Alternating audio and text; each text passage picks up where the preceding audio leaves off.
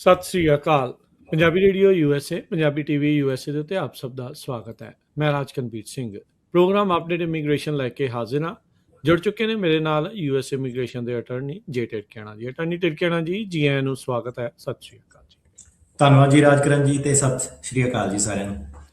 ਸਾਡੇ ਅੱਜ ਦੇ ਪ੍ਰੋਗਰਾਮ ਅਪਡੇਟ ਇਮੀਗ੍ਰੇਸ਼ਨ ਨੂੰ ਤੁਹਾਡੇ ਸਾਰਿਆਂ ਤੱਕ ਪਹੁੰਚਾਉਣ 'ਚ ਸਹਿਯੋਗ ਕਰਦੇ ਨੇ ਖਾਲਸਾ ਇੰਸ਼ੋਰੈਂਸ ਏਜੰਸੀ, ਜਿਨ੍ਹਾਂ ਦੇ ਕੋਲੋਂ ਹਰ ਇੱਕ ਤਰੀਕੇ ਦੀ ਇੰਸ਼ੋਰੈਂਸ ਤੁਸੀਂ ਕਰਵਾ ਸਕਦੇ ਹੋ। ਇੰਸ਼ੋਰੈਂਸ ਬਾਰੇ ਪਤਾ ਕਰਨ ਲਈ ਕਾਲ ਕਰ ਸਕਦੇ ਹੋ 408-272-2500। ਟਿਰਕਿਆਣਾ ਇਮੀਗ੍ਰੇਸ਼ਨ ਲਾ ਫਰਮ US ਇਮੀਗ੍ਰੇਸ਼ਨ ਦਾ ਹੋਵੇ ਕਿਸੇ ਵੀ ਤਰੀਕੇ ਦਾ ਕੰਮ, ਕਾਲ ਅਟਰਨੀ ਜੇ ਟਿਰਕਿਆਣਾ 415-909-0503। ਊੜਾ ਡੈਟ ਰਿਲੀਫ ਵਾਲੇ ਇਕਨੋਮਿਕ ਹਾਰਡਸ਼ਿਪ ਹੈ, ਬੈਂਕਰਪਸੀ ਤੋਂ ਬਚਣਾ ਹੈ, ਅੱਧੇ ਤੋਂ ਵੱਧ ਕਰਜ਼ਾ ਤੁਹਾਡਾ ਇਹ ਮਾਫ ਕਰਵਾ ਸਕਦੇ ਨੇ।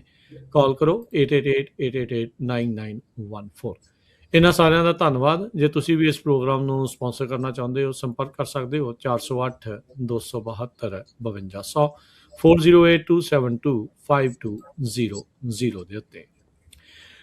ਅੱਜ ਦੇ ਪ੍ਰੋਗਰਾਮ ਦੇ ਵਿੱਚ ਕਾਲਸ ਜਿਹੜੀਆਂ ਆਪਾਂ ਨਹੀਂ ਲਵਾਂਗੇ ਤੇ ਅੱਜ ਤੁਹਾਡੇ ਨਾਲ ਰੈਗੂਲਰ ਗੱਲਾਂ ਬਾਤਾਂ ਜੋ ਇਮੀਗ੍ਰੇਸ਼ਨ ਨੂੰ ਲੈ ਕੇ ਚੱਲ ਰਿਹਾ, ਕਿਹੜੀ ਦਿਸ਼ਾ ਵੱਲ ਨੂੰ ਇਹ ਕੰਮ ਵੱਧ ਰਿਹਾ ਆ, ਉਹਦੇ ਬਾਰੇ ਜਿਹੜੀ ਉਹ ਚਰਚਾ ਜਿਹੜੀ ਉਹ ਕਰਾਂਗੇ।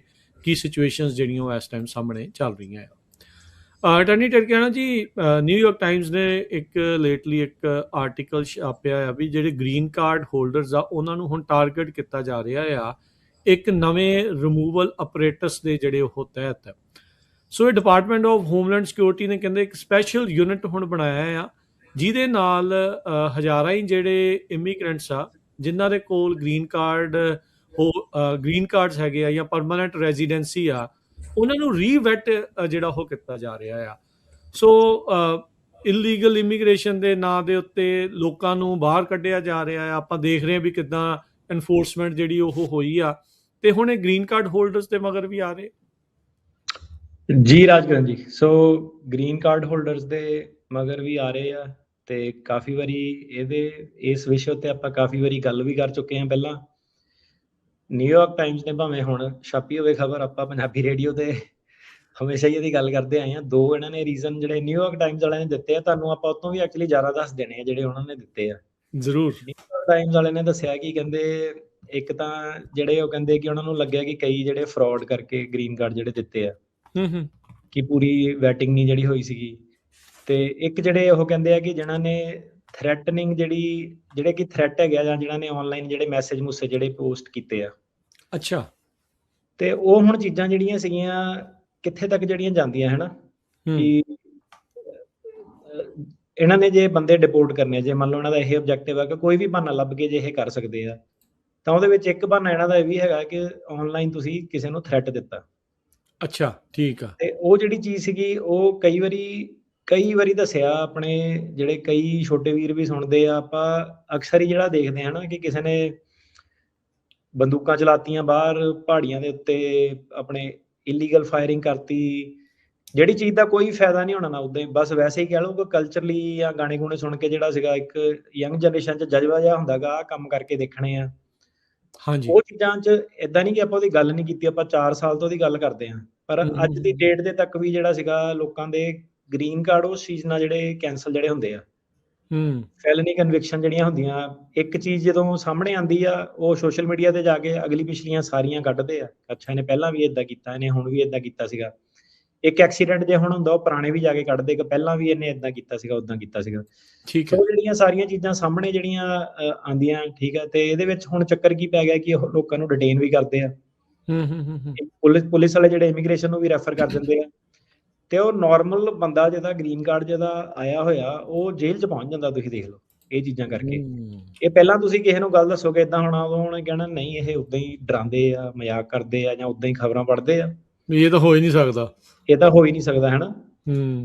ਤੇ ਇਹ ਜਿਹੜੀਆਂ ਚੀਜ਼ਾਂ ਸੀਗੀਆਂ ਕਿ ਕੋਡ ਆਫ ਕੰਡਕਟ ਜਿਹੜਾ ਹੈਗਾ, ਜਦ ਤੱਕ ਤੁਹਾਡੀ ਇਹ ਨਹੀਂ ਕਿ ਸਿਟੀਜ਼ਨ ਬਣ ਕੇ ਜੋ ਮਰਜ਼ੀ ਖਰੂ ਪਾਵੇ ਬੰਦਾ, ਮਤਲਬ ਕਿ ਸਿੰਪਲ ਚੀਜ਼ ਆ ਕਿ ਜਦ ਤੱਕ ਸਿਟੀਜ਼ਨ ਬੰਦਾ ਨਹੀਂ ਬਣਦਾ, ਉਸ ਤੋਂ ਪਹਿਲਾਂ ਜਿਹੜੀ ਵੀ ਚੀਜ਼ ਆ ਉਹ ਤੁਹਾਡੀ ਸਿਟੀਜ਼ਨਸ਼ਿਪ ਗ੍ਰੀਨ ਕਾਰਡ ਨੂੰ ਜੈਪਰਡਾਈਜ਼ ਕਰ ਸਕਦੀ ਆ।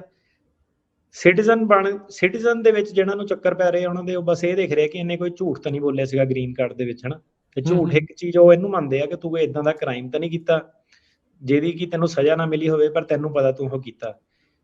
ਤੇ ਗਨ ਰੇਂਜ ਤੋਂ ਆਊਟਸਾਈਡ ਜਾ ਕੇ ਗੋਲੀਆਂ ਜਿਹੜੀਆਂ ਫਾਇਰ ਕਰਨਾ ਸ਼ੌਂਕ ਦੇ ਲਈ, ਅਸਲਾ ਉਸਲਾ ਜਿਹੜਾ ਇਲੀਗਲ ਹਥਿਆਰ ਜਿਹੜੇ ਹੈਗੇ ਆ, ਸੱਜਣ ਮਿੱਤਰਾਂ ਦੇ ਹਥਿਆਰ ਜਿਹੜੇ ਚਲਾਣੇ ਆਊਟ ਇਨ ਦਾ ਪਬਲਿਕ, ਭਾਵੇਂ ਖਾਲੀ ਪਹਾੜੀਆਂ 'ਚ ਤੁਸੀਂ ਚਲਾਇਆ, ਜਦੋਂ ਉਹ ਸਰਫੇਸ ਹੁੰਦੀ ਆ ਸੋਸ਼ਲ ਮੀਡੀਆ ਤੇ ਜਾਂ ਕੋਈ ਦੋਸਤ ਲੀਕ ਕਰ ਦਿੰਦਾ, ਘਰ ਦਾ ਭੇਤੀ ਲੰਕਾ ਜਿਹੜਾ ਢਾਂਦਾ ਹੁੰਦਾ।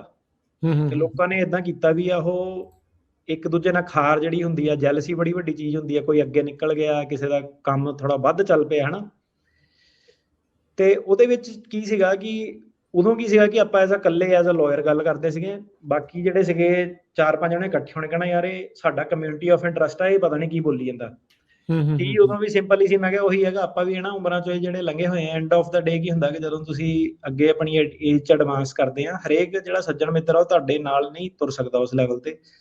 ਘਰ ਦਾ ਭੇਤੀ ਹੀ ਲੰਕਾ ਢਾਂਦਾ ਦੇਖਿਆ ਆਪਾਂ, ਕਈ ਵਾਰੀ ਦੇਖਿਆ, ਸਗੇ ਭਰਾਵਾਂ ਦਾ ਆਪਾਂ ਦੇਖਿਆ। ਸੋ ਜਿਹੜੀ ਚੀਜ਼ ਆ ਕਿ ਕਿਸ ਚੀਜ਼ ਦੀ ਆਪਾਂ ਗੱਲ ਕਰਦੇ ਹਾਂ ਕਿ ਜਦੋਂ ਕੋਈ ਵੀ ਇਦਾਂ ਦਾ ਜਿਹੜਾ ਕ੍ਰਾਈਮ ਆ, ਜਿਹਨੂੰ ਭਾਵੇਂ ਤੁਸੀਂ ਨਹੀਂ ਸਮਝਦੇ ਕਿ ਇਹ ਕ੍ਰਾਈਮ ਆ, ਤੁਹਾਨੂੰ ਲੱਗਦਾ ਕਿ ਇਹ ਫਨ ਦੇ ਵਿੱਚ ਚੀਜ਼ ਜਿਹੜੀ ਕੀਤੀ ਸੀਗੀ, ਪਰ ਉਹਦੇ ਉੱਤੇ ਰੈਗੂਲੇਸ਼ਨ ਜਿਹੜੀ ਕੀ ਕਹਿੰਦੀ ਹੈਗੀ ਆ। ਠੀਕ ਹੈ, ਹੁਣ ਉਹ ਜਿੱਦਾਂ ਸੀਗਾ ਹਵਾਈ ਦੀ ਖਬਰ ਕਿ ਉਹਨੇ ਸੀਲ ਜਿਹੜੀ ਤੈਰਦੀ ਸੀਗੀ ਪੱਥਰ ਸੁੱਟਤਾ ਉਹਦੇ ਉੱਤੇ ਹਨਾ ਆਪਣੇ ਵੱਲੋਂ ਨਿਆਮ, ਪਰ ਉਹ ਸੀਗਾ ਕਿ ਉਹ ਵਾਈਲਡ ਲਾਈਫ ਉਹਦੇ ਪਤਾ ਨਹੀਂ ਕਿੰਨੇ ਉਹਦੇ ਰੂਲ, ਐਂਡੇਂਜਰਡ ਸਪੀਸੀਜ਼ ਸੀਗੀ, ਫੈਲਣੀ ਫੁੱਲਣੀ ਤੱਕ ਬੰਦੇ ਤੱਕ ਜਿਹੜੀ ਲੱਗ ਸਕਦੀ ਆ, ਮਤਲਬ ਛੋਟੀ ਜੀ ਜਿਹੜੀ ਹਰਕਤ ਆ ਹਨਾ। ਸੋ ਇਹ ਚੀਜ਼ ਸੀਗੀ ਕਿ ਜਿਹੜਾ ਮਾਹੌਲ ਜਿਹੜਾ ਚੱਲਦਾ ਨਾ 2-2.5 ਸਾਲ ਜਿਹੜਾ ਹੈਗਾ, ਆਪਣੇ ਐਕਸ਼ਨ ਜਿਹੜੇ ਵਾਚ ਕਰੋ ਮੈਟਰ ਕਰਦੇ ਆ। ਕਿੰਨੇ ਕੁ ਬੰਦੇ ਜਿਹੜੇ ਨਾ ਰਾਜਕਰਨ ਜੀ, ਉਹ ਜਿਹੜੇ ਹੇਬੀਅਸ ਵਾਲੇ ਜਿਹੜੇ ਆਪਾਂ ਛਡਾਨੇ ਵੀ ਆ, ਉਹਨਾਂ ਨੂੰ ਤੁਸੀਂ ਫੜ ਕਿੱਦਾਂ ਹੋ ਗਏ ਸੀਗੇ, ਉਹਦੇ ਵਿੱਚੋਂ ਦੀ ਇਹ ਬਾਰਬੀਕਿਊ ਵਾਲੀਆਂ ਦੋਸਤੀਆਂ ਵਾਲੇ ਬੰਦੇ ਬੜੇ ਜ਼ਿਆਦਾ ਹੈਗੇ ਕਿ ਇੱਕ ਦੂਜੇ ਨਾਲ ਬਹਿਸ ਪਏ, ਲੜ ਪਏ, ਪੁਲਿਸ ਕਾਲ ਹੋ ਗਈ, ਉਹਨਾਂ ਨੇ ਫੜ ਕੇ ਜਿਹੜਾ ਸੀਗਾ ਪਹੁੰਚਾਤਾ ਡਿਟੈਂਸ਼ਨ ਸੈਂਟਰ 'ਚ। ਹਾਂਜੀ, ਮਤਲਬ ਉੱਥੇ ਇਹ ਹੈ ਕਿ ਡਿਫਿਊਜ਼ ਨਹੀਂ ਕਿਸੇ ਨੇ ਸਿਚੁਏਸ਼ਨ ਕਰਨੀ, ਉੱਥੇ ਇਹ ਹੈ ਕਿ ਮੈਨੂੰ ਕਿੱਦਾਂ ਕਿਸੇ ਨੇ ਕੁਝ ਕਹਿ ਦਿੱਤਾ, ਮਤਲਬ ਉਹ ਹੈ ਹੀ ਆ, ਤੁਹਾਨੂੰ ਪਤਾ ਹੀ ਆਪਣਾ ਜਿਹੜਾ ਸੀਗਾ ਗਾਣਿਆਂ ਗੁਣਿਆਂ 'ਚ ਵੀ ਪੰਪ ਪੂਰਾ ਆਉਂਦਾ ਤੇ ਲੋਕੀ ਚਾਰਜ ਜਿਹੜੇ ਰਹਿੰਦੇ ਆ ਯੰਗ ਵਾਲੇ। ਸੋ ਇਹ ਹੈ ਕਿ ਭਾਈ ਜਿਹੜੇ ਤੁਸੀਂ ਜਾ ਰਹੇ ਨਾ ਆਪਣੇ ਪ੍ਰੋਸੈਸ 'ਚੋਂ, ਚੀਜ਼ ਨੂੰ ਸਮਝੋ। ਮੁਸ਼ਕਿਲ ਹੋ ਜਾਂਦਾ ਬਾਅਦ 'ਚ, ਤੁਹਾਡੇ ਵਕੀਲ ਲਈ ਵੀ ਮੁਸ਼ਕਿਲ ਹੋ ਜਾਂਦਾ ਉਹ ਚੀਜ਼ਾਂ ਜਿਹੜੀਆਂ ਬੌਂਡ ਫਿਰ ਉਹ ਜੱਜ ਦੇਖਦਾ ਕਿ ਝਗੜਾ ਕਰਕੇ ਆਇਆ, ਇਹਦਾ ਬੈਡ ਰੈਕਡ ਆ, ਇਹ ਫਲਾਈਟ ਰਿਸਕ ਆ, ਡੇਂਜਰ ਟੂ ਪਬਲਿਕ ਜਿਹੜਾ ਹੈਗਾ। ਸੋ ਇਹ ਚੀਜ਼ਾਂ ਸੀਗੀਆਂ, ਇਹਨੇ ਘਰਦਿਆਂ ਨੇ ਤਾਂ ਆ ਕੇ ਤੁਹਾਨੂੰ ਕਹਿਣਾ ਨਹੀਂ, ਉੱਥੇ ਕਿਸੇ ਨੇ ਨਾ ਸੱਜਣ ਮਿੱਤਰਾਂ ਨੇ ਕਿਸੇ ਨੇ ਕਹਿਣਾ ਨਾ, ਉਦਾਂ ਕੋਈ ਤੁਹਾਨੂੰ ਗਿਆਨ ਮਿਲਦਾ ਇਹਦਾ। ਠੀਕ ਆ, ਗਿਆਨ ਤੁਸੀਂ ਮੇਰਾ ਵੀ ਨਹੀਂ ਮੰਨਣਾ, ਪਰ ਇਹ ਹੈ ਕਿ ਤੁਹਾਨੂੰ ਮੈਂ ਉਹ ਚੀਜ਼ ਦੱਸ ਸਕਦਾ ਕਿ ਜਿਹੜੀ ਚੀਜ਼ ਤੁਹਾਡੇ ਕੇਸਾਂ ਨੂੰ ਇਫੈਕਟ ਕਰਦੀ ਆ।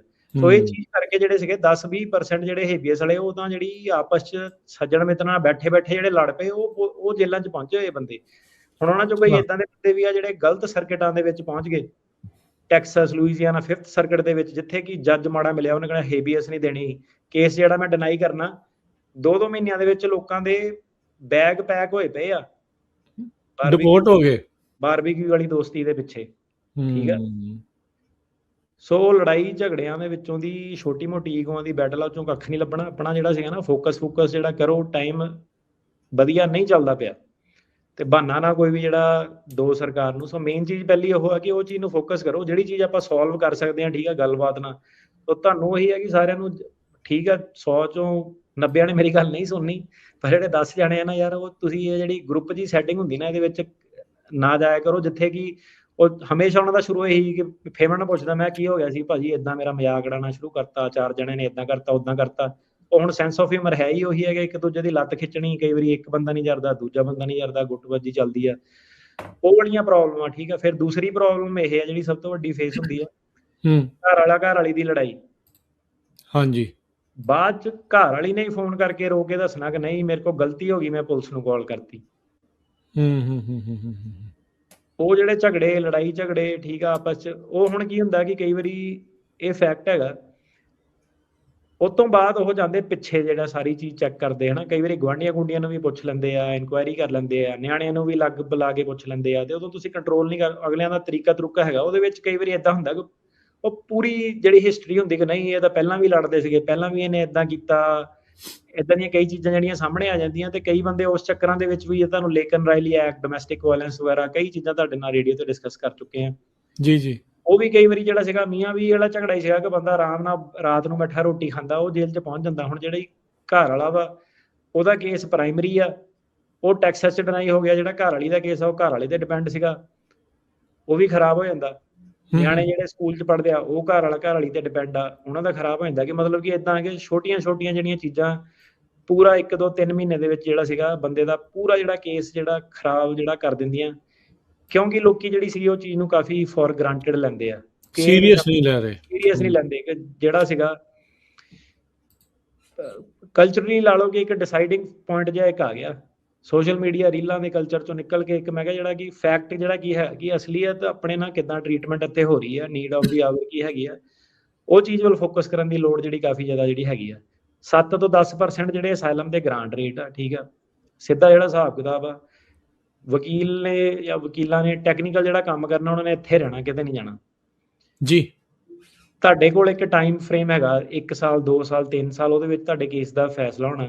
ਜਿਹੜੇ ਤੁਹਾਡੇ ਤੋਂ ਪਹਿਲਾਂ ਆਏ ਸੀਗੇ ਉਹ ਅਪਰੂਵ ਹੋ ਗਏ ਆ, ਜਿਹੜੇ ਤੁਹਾਡੇ ਤੋਂ ਬਾਅਦ 'ਚ ਸ਼ਾਇਦ ਆਣੇ ਆ ਉਹ ਵੀ ਅਪਰੂਵ ਹੋ ਜਾਣੇ ਆ ਚੰਗੇ ਟਾਈਮ ਜਿਹੜੇ ਚੱਲਣੇ ਆ। ਸੋ ਆਹ ਜਿਹੜੀ ਟਾਈਮ ਲਾਈਨ ਜਿਹੜੀ ਹੈਗੀ ਆ ਹੁਣ ਅਗਲੇ ਆਉਣ ਵਾਲੇ 2.5 ਸਾਲ ਕਾਫੀ ਜਿਹੜੇ ਕ੍ਰਿਟੀਕਲ ਜਿਹੜੇ ਹੈਗੇ ਆ। ਤੇ ਇਹਦੇ ਵਿੱਚ ਇਹ ਹੈਗਾ ਕਿ ਕ੍ਰਿਮੀਨਲ ਰਿਕਾਰਡ ਉਹ ਸਾਰਾ ਕਲੀਨ ਰੱਖੋ। ਜੇ ਮਾੜੀ ਜੀ ਕੋਈ ਚੀਜ਼ ਆ ਗਈ, ਕਿਸੇ ਜੱਜ ਨੇ ਜਿਹੜਾ ਸੀਗਾ ਨਾ ਉਹਨਾਂ ਨੇ ਐਜ਼ ਅ ਮੈਟਰ ਆਫ ਡਿਸਕ੍ਰੈਸ਼ਨ, ਕਿਸੇ ਨੇ ਆਪਣੀ ਨੌਕਰੀ ਨਹੀਂ ਗਵਾਣੀ, ਮਾੜਾ ਰਿਕਾਰਡ ਕੇਸ ਨਹੀਂ ਪਾਸ ਕਰਨੇ। ਜੀ। ਸੋ ਇਹਦੇ ਵਿੱਚ ਮੈਂ ਦੇਖ ਰਿਹਾ ਸੀਗਾ ਵੀ ਜਿਹੜੇ ਉਹਨਾਂ ਨੇ ਆંકੜੇ ਦਿੱਤੇ ਆ, ਕਹਿੰਦੇ ਵੀ ਆਲਮੋਸਟ 3000 ਜਿਹੜੇ ਕੇਸਿਸ ਆ ਗ੍ਰੀਨ ਕਾਰਡ ਵਾਲੇ ਉਹ ਰਿਵਿਊ ਕਰ ਰਹੇ ਆ ਜਾਂ ਅਜੇ ਵੀ ਅਸੈਸ ਉਹਨਾਂ ਨੂੰ ਕੀਤਾ ਜਾ ਰਿਹਾ ਆ। ਸੋ ਹੁਣ ਜਿੱਦਾਂ ਅਕਸਰ ਆਪਾਂ ਨੂੰ ਕਾਲ ਕਰਕੇ ਕਈ ਪੁੱਛ ਲੈਂਦੇ ਜੀ ਇੰਨਾ ਸਮਾਂ ਹੋ ਗਿਆ ਜੀ ਅਪਲਾਈ ਕੀਤਿਆਂ ਨੂੰ, ਅਜੇ ਤੱਕ ਕੁਝ ਹੋ ਨਹੀਂ ਰਿਹਾ। ਸੋ ਇਹ ਪ੍ਰੋਸੈਸ ਤਾਂ ਇਹਦਾ ਮਤਲਬ ਹੋਰ ਲੰਬਾ ਹੋਊਗਾ ਜੇ ਕਿਸੇ ਦਾ ਅਪਰੂਵ ਵੀ ਇਹ ਕਰਦੇ ਆ। ਇਹ ਜਿਹੜਾ ਰੀਵੈਟਿੰਗ ਦੇ ਨਾਂ ਦੇ ਉੱਤੇ ਇਟ ਵਿਲ ਟੇਕ ਲੌਂਗਰ। ਬਿਲਕੁਲ ਜੀ। ਸੋ ਇਹਦੇ ਵਿੱਚ ਰੀਵੈਟਿੰਗ ਦੇ ਨਾਂ ਤੇ ਸਪੈਸ਼ਲੀ ਜਿੱਦਾਂ ਹੁਣ ਕਈਆਂ ਦੇ 2 ਨਾਮ ਸੀਗੇ, ਮੁੱਦੇ ਤੁਹਾਨੂੰ ਮੈਂ ਕਈ ਦੱਸ ਸਕਦਾ, ਮਤਲਬ ਮਕਸਦ ਸਿਰਫ ਇਹੀ ਹੁੰਦਾ ਕਿ ਜਿਹਨਾਂ ਦੇ ਸੀਗੇ ਨਾ ਉਹ ਥੋੜੇ ਜਿਹੇ ਸਮਝਦਾਰ ਹੋ ਜਾਣੇ ਇਸ ਚੀਜ਼ ਦੇ ਵਿੱਚ। ਕਈ ਵਾਰੀ ਲੋਕੀ ਬੜੀ ਸਿੰਪਲ ਜੀ ਗਲਤੀ ਕਰ ਲੈਂਦੇ ਆ। ਸਿੰਪਲ ਸਵਾਲ ਹੁੰਦਾ ਕਿ ਤੁਸੀਂ ਕੋਈ ਹੋਰ ਨਾਮ ਤਾਂ ਨਹੀਂ ਯੂਜ਼ ਕੀਤਾ, ਉਹਨਾਂ ਨੂੰ ਸੱਜਣ ਮਿੱਤਰ ਸਲਾਹ ਦੇ ਦਿੰਦਾ ਕਿ ਨਹੀਂ ਦੂਜੇ ਵਾਲਾ ਨਾਂ ਲਿਖੀ, ਤੇਰਾ ਹੋਰ ਪੰਗਾ ਪੈ ਜਾਣਾ। ਓਕੇ। ਸੋ ਪਹਿਲੀ ਗਲਤੀ ਤਾਂ ਉਹ ਆ ਕਿ ਤੁਸੀਂ ਸੱਜਣ ਮਿੱਤਰ ਦੀ ਗੱਲ ਸੁਣਦੇ ਆ। ਇਹ ਮੈਂ ਕਈ ਵਾਰੀ ਚੀਜ਼ ਕਹੀ ਹੈ, ਇਹ ਚੀਜ਼ ਤੋਂ ਮੱਚਦੇ ਵੀ ਬੜੇ ਆ ਕਿ ਪਹਿਲੀ ਗਲਤੀ ਇਹ ਹੈ ਕਿ ਤੁਸੀਂ ਸੁਣਦੇ ਆ, ਤੁਸੀਂ ਉਹ ਕਹਿੰਦੇ ਕਿ ਨਹੀਂ ਇਹਨੇ ਜੋ ਸੱਜਣ ਮਿੱਤਰ ਨੇ ਕਿਹਾ ਉਹੀ ਮੈਂ ਕਰਨਾ, ਉਹੀ ਸਹੀ ਹੋਣਾ, ਮੇਰੇ ਬੈਸਟ ਇੰਟਰਸਟ ਦੀ ਗੱਲ ਆ। ਟਾਈਮ ਐਂਡ ਟਾਈਮ ਅਗੇਨ ਕਿ ਨਹੀਂ ਹੈਗੀ। ਜਿੱਥੇ ਤੁਹਾਡੀ ਪ੍ਰੋਬਲਮ ਆ ਨਾ, ਜਿਹੜੇ ਇਦਾਂ ਦੇ ਸਿਨੈਰੀਓ ਹੈਗੇ, ਲੀਗਲ ਸਲਾਹ ਲਓ, ਆਪ ਸਲਾਹ ਲਓ, ਆਪ ਗੱਲ ਕਰੋ ਵਕੀਲ ਨਾਲ। ਇਹ ਨਹੀਂ ਕਿ ਸੱਜਣ ਮਿੱਤਰ ਤੁਹਾਡੇ ਬਿਹਾਫ ਤੇ ਗੱਲ ਕਰੇ। ਕਾਫੀ ਸਾਰੇ ਕੇਸ ਆਪਾਂ ਦੇਖਦੇ ਹਾਂ ਕਿ ਜਿਹੜੀ ਸਿੰਪਲ ਇੱਕ ਚੀਜ਼ ਤੋਂ ਬਚ ਸਕਦੇ ਸੀਗੇ ਕਿ ਨਹੀਂ ਮੈਂ ਪਹਿਲਾਂ ਵੀ ਇਦਾਂ ਕੀਤਾ, ਕਿ ਨਹੀਂ ਆਹ ਛੋਟਾ ਜਿਹਾ ਕ੍ਰਾਈਮ ਸੀਗਾ, ਨਹੀਂ ਮੇਰੀ ਯੂਰਪ ਦੇ ਵਿੱਚ ਲੜਾਈ ਹੋਈ ਸੀਗੀ, ਨਹੀਂ ਮੈਨੂੰ ਪੁਲਿਸ ਨੇ ਫੜਿਆ ਸੀਗਾ। ਇਦਾਂ ਦੀਆਂ ਛੋਟੀਆਂ ਜਿਹੜੀਆਂ ਚੀਜ਼ਾਂ ਹੁੰਦੀਆਂ ਉਹਨੂੰ ਲੋਕੀ ਕਹਿੰਦੇ ਕਿ ਨਹੀਂ ਆਪਾਂ ਤੁੱਕਾ ਲਾ ਦੇਣਾ, ਛੱਡ ਕੀ ਦੇਖੀ ਜਾਊਗੀ, ਜਿੱਧਰ ਨੂੰ ਚੀਜ਼ ਜਾਂਦੀ ਆ ਜਾ ਲੈਣ ਦਿਓ। ਉਹ ਚੀਜ਼ ਦਾ ਆਪਾਂ ਦੇਖ ਰਹੇ ਹਾਂ ਕਿ ਗ੍ਰੀਨ ਕਾਰਡ ਦੇ ਵਿੱਚ ਕਈਆਂ ਦੇ ਰੀਓਪਨ ਵੀ ਹੋਏ ਆ ਜਿਹੜੇ ਗ੍ਰੀਨ ਕਾਰਡ ਆਲਰੇਡੀ ਗ੍ਰਾਂਟ ਸੀਗੇ, ਕਈਆਂ ਦੇ ਰਿਨਿਊਅਲ ਦੇ ਟਾਈਮ ਤੇ ਜਿਹੜੇ ਉਹਨਾਂ ਨੇ ਪੰਗੇ ਪਾਏ ਆ, ਕਈਆਂ ਦੇ ਸਿਟੀਜ਼ਨਸ਼ਿਪ ਦੇ ਨਾਮ ਤੇ ਜਿਹੜੇ ਪੰਗੇ ਪਾਏ ਆ। ਇਹ ਜਿਹੜਾ 3000 ਵਾਲਾ ਅੰਕੜਾ ਇਹ ਤੋਂ ਕਿਤੇ ਜ਼ਿਆਦਾ ਜਿਹੜਾ ਅੰਕੜਾ ਹੈਗਾ, ਕਿਉਂਕਿ ਸਾਰੇ ਗ੍ਰੀਨ ਕਾਰਡ ਜਿਹੜੇ ਰਿਵਿਊ ਦੇ ਵਿੱਚ ਹੈਗੇ ਆ। ਅਸਾਈਲਮ ਵਾਲੇ ਕੇਸ ਕਾਫੀ ਜ਼ਿਆਦਾ ਜਿਹੜੇ ਸੀਗੇ ਗ੍ਰਾਂਟ ਹੋ ਗਏ। ਪੈਰਾਲੀਗਲਾਂ ਤੋਂ ਲੋਕੀ ਵਰਕ ਪਰਮਿਟ, ਪੈਰਾਲੀਗਲਾਂ ਤੋਂ ਲੋਕੀ $100 ਬਚਾਉਂਦੇ ਹੋਏ, ਵਰਕ ਪਰਮਿਟ ਕਰਾਉਂਦੇ ਹੋਏ ਉਹਦੇ ਵਿੱਚ ਫਸੇ ਹੋਏ ਆ। ਪੈਰਾਲੀਗਲ ਨੇ ਕੋਈ ਐਡਰੈਸ ਪਾਤਾ, ਉਹ ਕਹਿੰਦਾ ਕਿ ਤੂੰ ਤਾਂ ਕਹਿ ਰਿਹਾ ਕਿ ਤੂੰ ਇੱਥੇ ਰਹਿਣਾ ਵਾ ਕੈਲੀਫੋਰਨੀਆ 'ਚ, ਹੁਣ ਜਿਹੜੀ ਤੇਰੀ ਫੈਡੈਕਸ ਆਈ ਆ ਉਹ ਆਈ ਤੇਰੀ ਇੰਡੀਆਨਾ ਨੂੰ, ਉਹ 'ਚ ਐਡਰੈਸ ਹੋਰ ਆ। ਕਿਉਂਕਿ ਪੈਰਾਲੀਗਲ ਨੇ ਕੁਐਸਚਨ ਨਹੀਂ ਕੀਤੀ, ਨੋਟ ਨਹੀਂ ਕੀਤਾ, ਉੱਥੋਂ ਪਤਾ ਲੱਗਿਆ ਕਿ ਅੱਛਾ ਇਹਦਾ ਐਡਰੈਸ ਦਾ ਵੀ ਘਪਲਾ ਵਾ। ਇੰਨੀ ਛੋਟੀ ਗੱਲ ਤੇ ਜਿਹੜੇ ਸੀਗੇ ਬੰਦੇ ਫਸੇ ਹੋਏ ਨੇ ਕਿ ਇੱਕ ਗਲਤ ਫਾਰਮ ਭਰਤਾ, ਵਰਕ ਪਰਮਿਟ ਗਲਤ ਭਰਤਾ, ਗ੍ਰੀਨ ਕਾਰਡ ਦੀ ਐਪਲੀਕੇਸ਼ਨ 'ਚ ਇਨਫੋਰਮੇਸ਼ਨ ਨਹੀਂ ਜਿਹੜੀ ਉਹ ਕੀਤੀ। ਉਹ ਚੱਕਰ ਜਿਹੜੇ ਰੀਅਲਿਸਟਿਕ ਜਿਹੜੇ ਚੱਕਰ ਹੈਗੇ ਡੇਲੀ ਬੇਸਿਸ ਤੇ ਆਪਾਂ ਜਿਹੜੇ ਦੇਖਦੇ ਹਾਂ ਕਿ ਪ੍ਰੋਬਲਮਾਂ ਲੋਕਾਂ ਦੀਆਂ ਸੋਲਵ ਨਹੀਂ ਹੋ ਰਹੀਆਂ, ਪ੍ਰੋਬਲਮਾਂ ਜਿਹੜੀਆਂ ਵੱਧ ਰਹੀਆਂ ਆਪਣੇ ਇਮੀਗ੍ਰੇਸ਼ਨ ਕੋਰਟ ਸਿਸਟਮ ਦੇ ਵਿੱਚ। ਬਿਲਕੁਲ। ਕੱਲਾ ਕੋਰਟ ਸਿਸਟਮ ਹੀ ਨਹੀਂ, ਹੁਣ ਤਾਂ USCIS ਵਾਲੇ ਵੀ ਪੂਰੇ ਜਿਹੜਾ ਕਹਿ ਲਓ ਵੀ ਹਾਂਜੀ ਮਾਈਕਰੋਸਕੋਪ ਦੇ ਨਾਲ ਲੱਗੇ ਹੋਏ ਆ ਵੀ ਲੱਭੀਏ ਸਹੀ ਕੁਛ ਨਾ ਕੁਛ ਜਿਹੜਾ ਉਹ ਲੱਭਣਾ। ਕੁਛ AR11 ਫਾਰਮ ਦੇ ਵਿੱਚ ਵੀ ਇਹਨਾਂ ਨੇ ਫੈਡਰਲ ਰਜਿਸਟਰ ਦੇ ਵਿੱਚ ਪਾਇਆ ਵੀ ਚੇਂਜਿਸ ਆ ਰਹੇ ਆ। ਕਹਿੰਦੇ ਵੀ ਉਹਦੇ ਵਿੱਚ ਵੀ ਜਿਹੜੀ ਇਨਫੋਰਮੇਸ਼ਨ ਹੁਣ AR11 ਫਾਰਮ ਦੇ ਵਿੱਚ ਲਈ ਜਾਣੀ ਹੈ ਚੇਂਜ ਆਫ ਐਡਰੈਸ ਵਾਲੀ, ਕਹਿੰਦੇ ਇੱਕ ਸਿੰਪਲ ਫਾਰਮ ਵੀ ਉਹਨੂੰ ਵੀ ਇਮੀਗ੍ਰੈਂਟਸ ਦੇ ਉਲਟ ਵਰਤਣ ਦੀ ਇੱਕ ਕਹਿ ਲਓ ਵੀ ਉਹਦੇ ਥਰੂ ਵੀ ਉਹਨਾਂ ਨੇ ਹੁਣ ਉਸ ਪਾਸੇ ਵੱਲ ਨੂੰ ਜਾਣਾ। ਪਬਲਿਕ ਬੈਨੀਫਿਟਸ ਦਾ ਕਹਿੰਦੇ ਵੀ ਕਾਫੀ ਜ਼ਿਆਦਾ ਹੁਣ ਉਹ ਮੰਗ ਕਰ ਰਹੇ ਵੀ ਤੁਸੀਂ ਕੋਈ Medicaid, snap, food assistance, WIC ਕੋਈ ਇੱਦਾਂ ਦੀਆਂ ਚੀਜ਼ਾਂ ਤਾਂ ਨਹੀਂ ਲਈਆਂ ਸੀ। ਤੁਹਾਡੀ ਸਕੂਲਿੰਗ ਇਨਫੋਰਮੇਸ਼ਨ, ਇੰਪਲੋਇਰ ਇਨਫੋਰਮੇਸ਼ਨ, ਕਾਫੀ ਜ਼ਿਆਦਾ ਹੁਣ ਇਨਫੋਰਮੇਸ਼ਨ ਕਹਿੰਦੇ ਵੀ ਉਹ ਲੈ ਰਹੇ ਹੈਗੇ ਆ ਤੇ ਇਨਫੋਰਸਮੈਂਟ ਦੇ ਲਈ ਇਹਨਾਂ ਨੇ ਵਰਤਣੀ ਆ। ਹਾਂਜੀ। ਸੋ AR11 ਦੀ ਕਰਦੇ ਪਹਿਲਾਂ ਗੱਲ ਜੀ। AR11 ਸੋ ਇਹ ਰਿਐਲਿਟੀ ਹੈਗੀ ਆ। ਸੋ ਆਪਣੀ ਕਮਿਊਨਿਟੀ ਦੇ ਵਿੱਚ ਜਿਹੜਾ ਐਡਰੈਸ ਵਾਲਾ ਜਿਹੜਾ ਘਪਲਾ ਹੈਗਾ ਉਹਨੂੰ ਲੋਕੀ ਘਪਲਾ ਮੰਨਦੇ ਨਹੀਂ ਹੈਗੇ। ਉਹ ਨੋਰਮ ਸਮਝਦੇ ਉਹਨੂੰ, ਭਾਵੇਂ ਜਿੰਨਾ ਮਰਜ਼ੀ ਵਕੀਲ ਕਹੀ ਜਾਵੇ ਕਿ ਨਹੀਂ ਐਡਰੈਸ ਸਹੀ ਹੋਣਾ ਚਾਹੀਦਾ, ਸਹੀ ਹੋਣਾ ਚਾਹੀਦਾ। 4-5 ਸਾਲ ਤੋਂ ਆਪਾਂ ਕਹਿ ਰਹੇ ਸਹੀ ਹੋਣਾ ਚਾਹੀਦਾ, ਪਰ ਹੁੰਦਾ ਨਹੀਂ। ਬੰਦਾ ਰਹਿ ਕਿਤੇ ਰਿਹਾ, ਜਵਾਕ ਕਿਤੇ ਹੋਇਆ, ਸ਼ਹਿਰ ਹੈਲਥ ਇੰਸ਼ੋਰੈਂਸ ਕਿਤੇ ਦੀ ਚੱਲਦੀ ਆ, ਡਰਾਈਵਰ ਲਾਇਸੈਂਸ ਕਿਤੇ ਹੋਰ ਉਹਦਾ ਵਾ, ਕਿ ਡਰਾਈਵਰ ਲਾਇਸੈਂਸ ਮੈਂ ਚੇਂਜ ਕੀਤਾ ਤੇ ਮੇਰਾ ਨਵਾਂ ਰਿਨਿਊ ਨਹੀਂ ਹੋਣਾ। ਮਤਲਬ ਕਿ ਸਾਰੇ ਰੈਕਡ ਜਿਹੜੇ ਇਨਕਨਸਿਸਟੈਂਟ, ਟੈਕਸ ਰਿਟਰਨ ਕਿਸੇ ਹੋਰ ਸਟੇਟ ਦੀ ਫਾਈਲ ਕੀਤੀ ਆ। ਸੋ ਇਦਾਂ ਦੇ ਜਿਹੜੇ ਸੀਗੇ, ਜਿਹੜਾ ਟੈਕਸ ਵਾਲਾ ਪ੍ਰਿਪੇਅਰ ਆ ਉਹ ਹੋਰ ਹਿਸਾਬ ਨਾਲ ਕਰਦਾ, ਜਿਹੜਾ ਵਰਕ ਪਰਮਿਟ ਆ ਉਹਨੇ ਕੁਝ ਹੋਰ ਫਾਈਲ ਕਰਤਾ, ਵਕੀਲ ਜਿਹੜਾ ਕਿਤੇ ਕੇਸ ਅਸਾਈਲਮ ਦਾ ਲੱਗਾ ਉਹ ਕਿਤੇ ਹੋਰ ਲੱਗਾ। ਸੋ ਮਤਲਬ ਕਿ ਲੈ ਦੇ ਕੇ ਜਿਹੜਾ ਹੈਗਾ ਐਡਰੈਸ ਵਾਲੀ ਜਿਹੜੀ ਚੀਜ਼ ਹੈਗੀ ਆ ਉਹ ਚੀਜ਼ ਤੋਂ ਬਾਹਰ ਨਹੀਂ ਆਪਣੀ ਕਮਿਊਨਿਟੀ ਜਿਹੜੀ ਆ ਪਈ। ਮਤਲਬ ਜਿਹੜੇ ਹਿਸਾਬ ਨਾਲ ਵਿਚਰੀ ਦਾ ਹੁਣ ਉਤੋਂ ਦੀ ਸਮਝ ਆਉਂਦਾ ਕਿ 50, 60, 70% ਜਿਹੜਾ ਇਦਾਂ ਹੀ ਹੈਗਾ ਕਿ ਇਹ ਐਡਰੈਸ ਐਡਰੈਸ ਵਾਲੇ ਘਪਲੇ ਹੈਗੇ ਆ। ਕੋਰਟਾਂ ਦੇ ਵਿੱਚ ਵੀ ਪਤਾ, ਕਈ ਜੱਜਾਂ ਨੂੰ ਵੀ ਪਤਾ ਹੈਗਾ, ਬੈਕਗਰਾਉਂਡ ਚੈੱਕ 'ਚ ਕਈ ਜਿਹੜੇ ਆ ਜਾਂਦੇ ਆ। ਸੋ AR11 ਦਾ ਪਹਿਲਾਂ ਕੀ ਸੀਗਾ ਕਿ ਬੜਾ ਇੱਕ ਸੌਖਾ ਜਿਹਾ ਹੋ ਸੀਗਾ ਕਿ ਨਹੀਂ ਜੀ ਮੈਨੂੰ ਤਾਂ ਪਤਾ ਨਹੀਂ ਲੱਗਿਆ, ਮੇਰੇ ਵਕੀਲ ਨੇ ਦੱਸਿਆ ਨਹੀਂ, ਜਾਂ ਵਕੀਲ ਤੇ ਸੁੱਟਦੇ ਆਪਣੇ ਤੇ। ਸੋ ਉਹਨਾਂ ਨੇ ਹੁਣ ਜਿਹੜਾ ਸੀਗਾ ਕਾਨੂੰਨ ਬਣਾਇਆ ਸੀਗਾ ਕਿ ਤੁਹਾਨੂੰ ਜਿਹੜਾ ਸੀਗਾ ਅਪਡੇਟ ਕਰਨਾ ਜ਼ਰੂਰੀ ਹੈ, ਤੁਹਾਡੀ ਜ਼ਿੰਮੇਵਾਰੀ ਆ, ਦੈਟਸ ਦਾ ਲਾਅ। ਵਕੀਲ ਦੱਸੇ ਭਾਵੇਂ ਨਾ ਦੱਸੇ, ਦੈਟਸ ਦਾ ਲਾਅ। ਉਹਨਾਂ ਨੇ ਲਾਅ ਹੀ ਬਣਾਤਾ ਕਿ ਮਿਸਡਮੀਨਰ ਜਿਹੜਾ ਹੋਣਾ ਪਨਿਸ਼ੇਬਲ ਬਾਏ $5000, 6 ਮਹੀਨੇ ਸਜ਼ਾ ਉਹਦੀ ਹੋ ਸਕਦੀ ਆ। ਇੱਕ ਤਾਂ ਚੀਜ਼ ਉਹ ਸੀਗੀ ਕਿ ਸਰਕਾਰ ਉਹ ਚੀਜ਼ ਵੱਲ ਜਾ ਸਕਦੀ ਹੈ, ਬਿਲਕੁਲ ਜਾ ਸਕਦੀ ਹੈ, ਜਾਣਾ ਚਾਹਵੇ ਤਾਂ ਜਾ ਸਕਦੀ ਹੈ, ਜੇ ਉਹਨੇ ਬਹਾਨਾ ਵਾਲਾ ਲੱਭਣਾ ਤਾਂ ਉਹ ਲੱਭ ਸਕਦੀ ਆ। ਦੂਸਰੀ ਗੱਲ, ਆਪਾਂ ਕੋਰਟ 'ਚ ਦੇਖਦੇ ਹਾਂ, ਆਪਾਂ ਬੌਂਡ ਵਗੈਰਾ ਲੈਣ ਜਾਂਦੇ ਹਾਂ, ਤਾਂ ਬੌਂਡ ਦੇ ਵਿੱਚ ਜਦੋਂ ਐਡਰੈਸ ਐਡਰੈਸ ਦਾ ਕੋਈ ਚੱਕਰ ਨਿਕਲਦਾ ਤੇ ਜੱਜ ਬੌਂਡ ਨਹੀਂ ਦਿੰਦੇ, ਉਹ ਫਲਾਈਟ ਰਿਸਕ ਕਰ ਦਿੰਦੇ ਆ। ਉੱਥੇ ਬੰਦਾ ਕਹਿੰਦਾ ਕਿ ਯਾਰ ਮੈਂ ਆਪਣੇ ਐਡਰੈਸ ਸੁਧਾਰ ਲਏ ਹੁੰਦੇ ਜਾਂ ਮੈਂ ਸਾਰਾ ਕਰਨਾ ਸੀਗਾ। ਸੋ ਜਿਹੜਾ ਐਗਜ਼ਿਸਟਿੰਗ AR11 ਫਾਰਮ ਹੈਗਾ ਉਹ ਬੇਸਿਕਲੀ ਨਵੇਂ ਐਡਰੈਸ ਦੀ ਨਾ ਅਪਡੇਟ ਮੰਗਦਾ ਸੀ ਕਿ ਨਵਾਂ ਐਡਰੈਸ ਅਪਡੇਟ ਕਰ ਦਿਓ। ਉਹਦੇ ਵਿੱਚ ਕੁਛ ਇਦਾਂ ਦਾ ਨਹੀਂ ਸੀਗਾ ਕਿ ਕਦੋਂ ਮੂਵ ਹੋ ਗਏ, ਕਿੱਥੇ ਮੂਵ ਹੋ ਗਏ, ਕਿਉਂ ਹੋ ਗਏ। ਸੋ ਜੇ ਇਹ AR11 ਨੂੰ ਆਪਣੇ ਅਪਡੇਟ ਕਰਦੇ ਆ ਕਿ ਨਹੀਂ ਤੁਸੀਂ 5-6 ਆਪਣੇ ਸਾਲ ਦਾ ਭਰੋ, ਜਾਂ ਤੁਸੀਂ ਹੁਣ ਡੇਟ ਭਰੋ ਕਦੋਂ ਤੋਂ ਮੂਵ ਹੋਏ ਆ ਉੱਥੇ, ਸੋ ਫਿਰ ਉਹ ਇੱਕ ਸਿੰਪਲ ਜਿਹਾ ਫਾਰਮ ਨਹੀਂ ਰਹਿ ਜਾਣਾ AR11। ਤੁਹਾਡੇ ਕੋਲ ਹੁਣ ਇੱਕ ਵਿੰਡੋ ਆਫ ਅਪਰਚੂਨਿਟੀ ਜਿਹੜੀ ਹੈਗੀ ਆ, ਆਪਣੇ ਆਪਣੇ ਐਡਰੈਸ ਇਹਨੂੰ ਸਹੀ ਕਰੋ।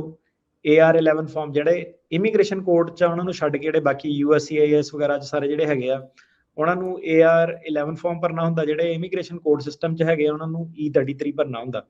ਸੋ ਮੇਕ ਸ਼ੋਰ ਕਰੋ ਕਿ ਆਪਣੇ ਐਡਰੈਸ ਦਾ ਜਿਹੜਾ ਸੀਗਾ ਉਹਦੀ ਕੋਈ ਗੜਬੜ ਨਹੀਂ ਹੈਗੀ, ਉਹ ਸਹੀ ਹੈਗਾ।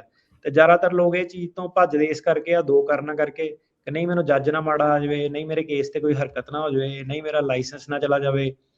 ਤੇ ਪਰ ਇਹ ਆ ਕਿ ਜਿਹੜਾ ਐਡਰੈਸ ਵਾਲਾ ਜਿਹੜਾ ਐਂਡ 'ਚ ਜੱਜ ਨੇ ਹੀ ਪੁੱਛਣਾ ਕਿ ਤੂੰ ਪਹਿਲਾਂ ਕਿਉਂ ਨਹੀਂ ਅਪਡੇਟ ਕੀਤਾ ਸੀਗਾ। ਸੋ ਆਪਣੇ ਆਪਣੇ ਐਡਰੈਸ ਜਿਹੜੀ ਰਿਕੁਆਇਰਮੈਂਟ ਲੀਗਲ ਇਹੀ ਹੈ ਕਿ 5 ਦਿਨਾਂ 'ਚ ਅਪਡੇਟ ਜਿਹੜਾ ਹੋਣਾ ਚਾਹੀਦਾ। ਡਰਾਈਵਰ ਲਾਇਸੈਂਸ ਤੁਹਾਡੇ ਜਿੱਥੇ ਹੈਗੇ ਆ ਉੱਥੇ ਤੁਹਾਡੇ DMV ਦੇ ਕਾਨੂੰਨਾਂ ਦੇ ਹਿਸਾਬ ਨਾਲ ਉਹ ਤੁਹਾਡੇ ਅਪਡੇਟ ਹੋਣੇ ਚਾਹੀਦੇ ਆ 5-10 ਦਿਨਾਂ 'ਚ, ਜਿੰਨਾ ਵੀ ਉਹ ਟਾਈਮ ਤੁਹਾਨੂੰ ਦਿੰਦੇ ਆ। ਅੱਛਾ, ਜਿਹੜੀ ਮੈਂ ਗੱਲ ਕਰ ਰਿਹਾ, ਇਹ ਜਿਹੜੇ ਚੇਂਜਸ ਲਿਆ ਰਹੇ ਆ ਜਿਹੜੀ ਫੈਡਰਲ ਰਜਿਸਟਰ 'ਚ ਆ, ਵੀ ਇਸ ਟਾਈਮ ਤਾਂ ਪਬਲਿਕ ਕਮੈਂਟ ਲੈ ਰਹੇ ਆ ਤੇ ਉਸ ਤੋਂ ਬਾਅਦ ਦੇ ਵਿੱਚ ਇਹ ਇਨਫੋਰਸ ਹੋਣਾ ਸ਼ੁਰੂ ਹੋਗਾ। ਉਹਨਾਂ ਨੇ ਉਸ ਡਾਕੂਮੈਂਟ ਦੇ ਵਿੱਚ ਅਟਾਰਨੀ ਟਿਰਕੈਣਾ ਜੀ ਲਿਖਿਆ ਆ ਵੀ ਜਿਹੜਾ ਫੈਡਰਲ ਰਜਿਸਟਰ 'ਚ ਇਹਨਾਂ ਨੇ ਪੋਸਟ ਕੀਤਾ ਹੈ ਵੀ ਜਿਹੜਾ ਡਾਟਾ ਕਲੈਕਟ ਕੀਤਾ ਜਾਣਾ ਆ ਉਹਦੇ ਜ਼ਰੀਏ ਅਸੀਂ ਇਨਫੋਰਸਮੈਂਟ ਲਾਜ਼ ਨੂੰ ਇਨਫੋਰਸ ਕਰਾਂਗੇ। ਤੇ ਕਹਿੰਦੇ ਵੀ ਉਹਦੇ ਵਿੱਚ ਜਿਹੜਾ ਪਬਲਿਕ ਚਾਰਜ ਆ ਉਹ ਗਰਾਊਂਡ ਬਣ ਸਕਦਾ ਹੈ ਤੁਹਾਡੇ ਲਈ ਡੈਪੂਟੇਸ਼ਨ ਦੇ ਲਈ। ਸੋ ਇਸੇ ਲਈ ਉਹ ਇਨਫੋਰਮੇਸ਼ਨ ਉਹਨਾਂ ਨੇ ਉਹਦੇ ਵਿੱਚ ਹੁਣ ਮੰਗਣੀ ਸ਼ੁਰੂ ਕਰਨੀ ਹੈ। ਜਿਹੜੇ ਅਸਾਈਲਮ ਵਾਲੇ ਆ ਨਾ, ਉਦਾਂ ਉਹ ਪਬਲਿਕ ਚਾਰਜ ਤੋਂ ਐਗਜ਼ੈਂਪਟ ਸੀਗੇ ਅਸਾਈਲਮ ਵਾਲੇ ਜਿਹੜੇ ਬੰਦੇ ਸੀਗੇ। ਪਰ ਜਿਹੜੇ ਜਦੋਂ ਤੁਸੀਂ ਫੈਮਿਲੀ ਬੇਸਡ ਵਾਲੀ ਚੀਜ਼ ਵੱਲ ਜਾਂਦੇ ਆ, ਫੈਮਿਲੀ ਬੇਸਡ ਇਮੀਗ੍ਰੇਸ਼ਨ ਵੱਲ ਜਾਂਦੇ ਆ, ਐਮਪਲੋਇਮੈਂਟ ਬੇਸਡ ਇਮੀਗ੍ਰੇਸ਼ਨ ਵੱਲ ਜਾਂਦੇ ਆ, ਕਿਸੇ ਨੂੰ ਸਪਾਂਸਰ ਕਰਦੇ ਆ, ਬਾਅਦ ਚ ਵਿਆਹ ਕਰਾ ਕੇ, ਉਦੋਂ ਇਹ ਸਾਰੀਆਂ ਚੀਜ਼ਾਂ ਜਾਂ ਪੇਰੈਂਟਸ ਨੂੰ ਜਿਹੜਾ ਕਰਦੇ ਆ, ਤਾਂ ਪਬਲਿਕ ਚਾਰਜ ਵਾਲਾ ਜਿਹੜਾ ਮੁੱਦਾ ਜਿਹੜਾ ਆ ਜਾਂਦਾ। ਦੇਖੋ ਐਂਡ ਆਫ ਦਾ ਡੇ ਕੀ ਹੁੰਦਾ ਕਿ ਕੋਈ ਵੀ ਚੀਜ਼ ਫ੍ਰੀ ਨਹੀਂ ਹੁੰਦੀ, ਟੈਕਸ ਪੇਅਰ ਮਨੀ ਸਾਰਿਆਂ 'ਚ ਜਿਹੜਾ ਲੱਗਦਾ। ਤੇ ਇਹਨਾਂ ਦੇ ਆਪ ਦੇ ਵੀ ਬਹੁਤ ਮਸਲੇ, ਇਹਨਾਂ ਦੇ ਆਪ ਦੇ ਸਕੂਲ ਸਿਸਟਮ ਵਗੈਰਾ ਇਹ ਉਹ ਸਾਰਾ। ਤਾਂ ਉਹਨਾਂ ਦਾ ਇੱਕ ਪੁਆਇੰਟ ਹੈਗਾ ਕਿ ਟੈਕਸ ਪੇਅਰ ਦੀ ਜਿਹੜੀ ਸਪੈਂਡਿੰਗ ਆ ਉਹ ਅਮਰੀਕਨ ਸਿਟੀਜ਼ਨ ਵੱਲ ਕਿਉਂ ਨਹੀਂ ਜਿਹੜੀ ਹੋਣੀ ਚਾਹੀਦੀ। ਤੇ ਉਹ ਚੀਜ਼ 'ਚ ਆਈਡੀਓਲੋਜੀਕਲ ਡਿਫਰੈਂਸ ਇਹਨਾਂ ਦਾ ਡੈਮੋਕ੍ਰੇਟ ਵਰਸਸ ਰਿਪਬਲਿਕਨ ਵਾਲਾ ਮੁੱਦਾ ਜਿਹੜਾ ਹੈਗਾ ਕਿ ਡੈਮੋਕ੍ਰੇਟ ਚਾਹੁੰਦੇ ਆ ਕਿ ਸਾਰਾ ਜਿਹੜਾ ਖੁੱਲ੍ਹ ਹੋਵੇ, ਹਰੇਕ ਬੰਦਾ ਉਹਦੇ ਵਿੱਚ ਆ ਜਾਏ। ਰਿਪਬਲਿਕਨ ਜਿਹੜੇ ਚਾਹੁੰਦੇ ਉਹ ਕਹਿੰਦੇ ਨਹੀਂ, ਇਹ ਜਿਹੜੀ ਵੇਸਟਫੁਲ ਸਪੈਂਡਿੰਗ ਜਿਹੜੀ ਹੈਗੀ ਆ।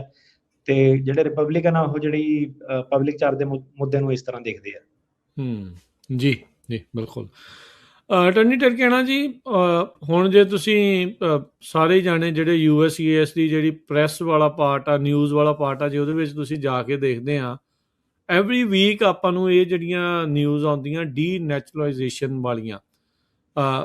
ਕੱਲ੍ਹ ਦੀ ਜਿਹੜੀ ਇਹ ਗੱਲਬਾਤ ਹੈਗੀ ਵੀ USCIS ਤੇ ਡਿਪਾਰਟਮੈਂਟ ਆਫ ਜਸਟਿਸ ਆ, ਉਹ ਕਹਿੰਦੇ ਇਸ ਟਾਈਮ 12 ਜਾਣੇ ਜਿਨ੍ਹਾਂ ਦੇ ਉੱਤੇ ਇਹ ਦੋਸ਼ ਆ ਵੀ ਇਹਨਾਂ ਨੇ ਟੈਰਰਿਸਟ ਨੂੰ ਸਪੋਰਟ ਕੀਤੀ, ਵਾਰ ਕ੍ਰਾਈਮ ਕੀਤੇ, ਐਸਪੀਓਨਾਜ, ਸੈਕਸ਼ੂਅਲ ਅਬਿਊਜ਼ ਤੇ ਹੋਰ ਕਈ ਤਰ੍ਹਾਂ ਦੇ ਜਿਹੜੇ ਕ੍ਰਾਈਮ ਕੀਤੇ ਆ ਵੀ ਉਹ 12 ਜਾਣਿਆਂ ਨੂੰ ਹੁਣ ਇਹਨਾਂ ਦੇ ਦੁਆਰਾ ਡੀਨੈਚੁਰਲਾਈਜੇਸ਼ਨ ਵਾਲੇ ਕੰਮ ਨੂੰ ਜਿਹੜਾ ਉਹ ਵੱਲ ਨੂੰ ਜਿਹੜਾ ਉਹ ਕਦਮ ਵੱਧ ਰਹੇ ਆ।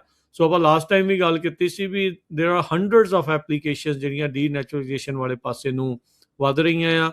ਸੋ ਓਬਵੀਅਸਲੀ ਗੱਲ ਆ, ਜਿੱਦਾਂ ਜਿਸ ਖਬਰ ਤੋਂ ਆਪਾਂ ਸ਼ੁਰੂ ਕੀਤਾ ਵੀ ਗ੍ਰੀਨ ਕਾਰਡ ਜੇ ਤਾਂ ਹੁਣ ਸਿਟੀਜ਼ਨ ਨੂੰ ਨਹੀਂ ਛੱਡ ਰਹੇ ਤਾਂ ਗ੍ਰੀਨ ਕਾਰਡ ਦੇ ਦੁਆਲੇ ਵੀ ਜਿਹੜਾ ਇਹਨਾਂ ਨੇ ਜਾਣਾ ਹੀ ਜਿਹੜਾ ਉਹ ਹੈਗਾ ਆ। ਸੋ ਇਹ ਵੀ ਇੱਕ ਹੁਣ ਵੱਡਾ ਫੈਕਟਰ ਇਹਨਾਂ ਨੇ ਇੱਕ ਟੂਲ ਜਿਹੜਾ ਉਹ ਬਣਾਇਆ ਹੈ। ਹਾਂਜੀ ਬਿਲਕੁਲ ਜੀ, ਆਪਣੇ ਐਵਰੀ ਜਿਹੜਾ ਵੀਕ ਤੁਸੀਂ ਦੇਖ ਲਓ ਕਿ ਖਬਰਾਂ ਜਦੋਂ ਤੁਸੀਂ ਖੋਲੋ ਰੇਡੀਓ ਤੇ ਆਉਣ ਤੋਂ ਪਹਿਲਾਂ ਵੀ ਜੇ, ਤੇ ਉਹ ਜਿਹੜਾ ਡੀਨੈਚੁਰਲਾਈਜੇਸ਼ਨ ਵਾਲਾ, ਇਮੀਗ੍ਰੇਸ਼ਨ ਫਰਾਡ, ਇਹ ਸਾਰਾ ਕੁਛ ਜਿਹੜਾ ਸੀਗਾ ਸਾਹਮਣੇ ਜਿਹੜਾ ਹੈਗਾ ਤੁਹਾਡੇ ਕਿ ਆਉਂਦਾ ਹੀ ਆ।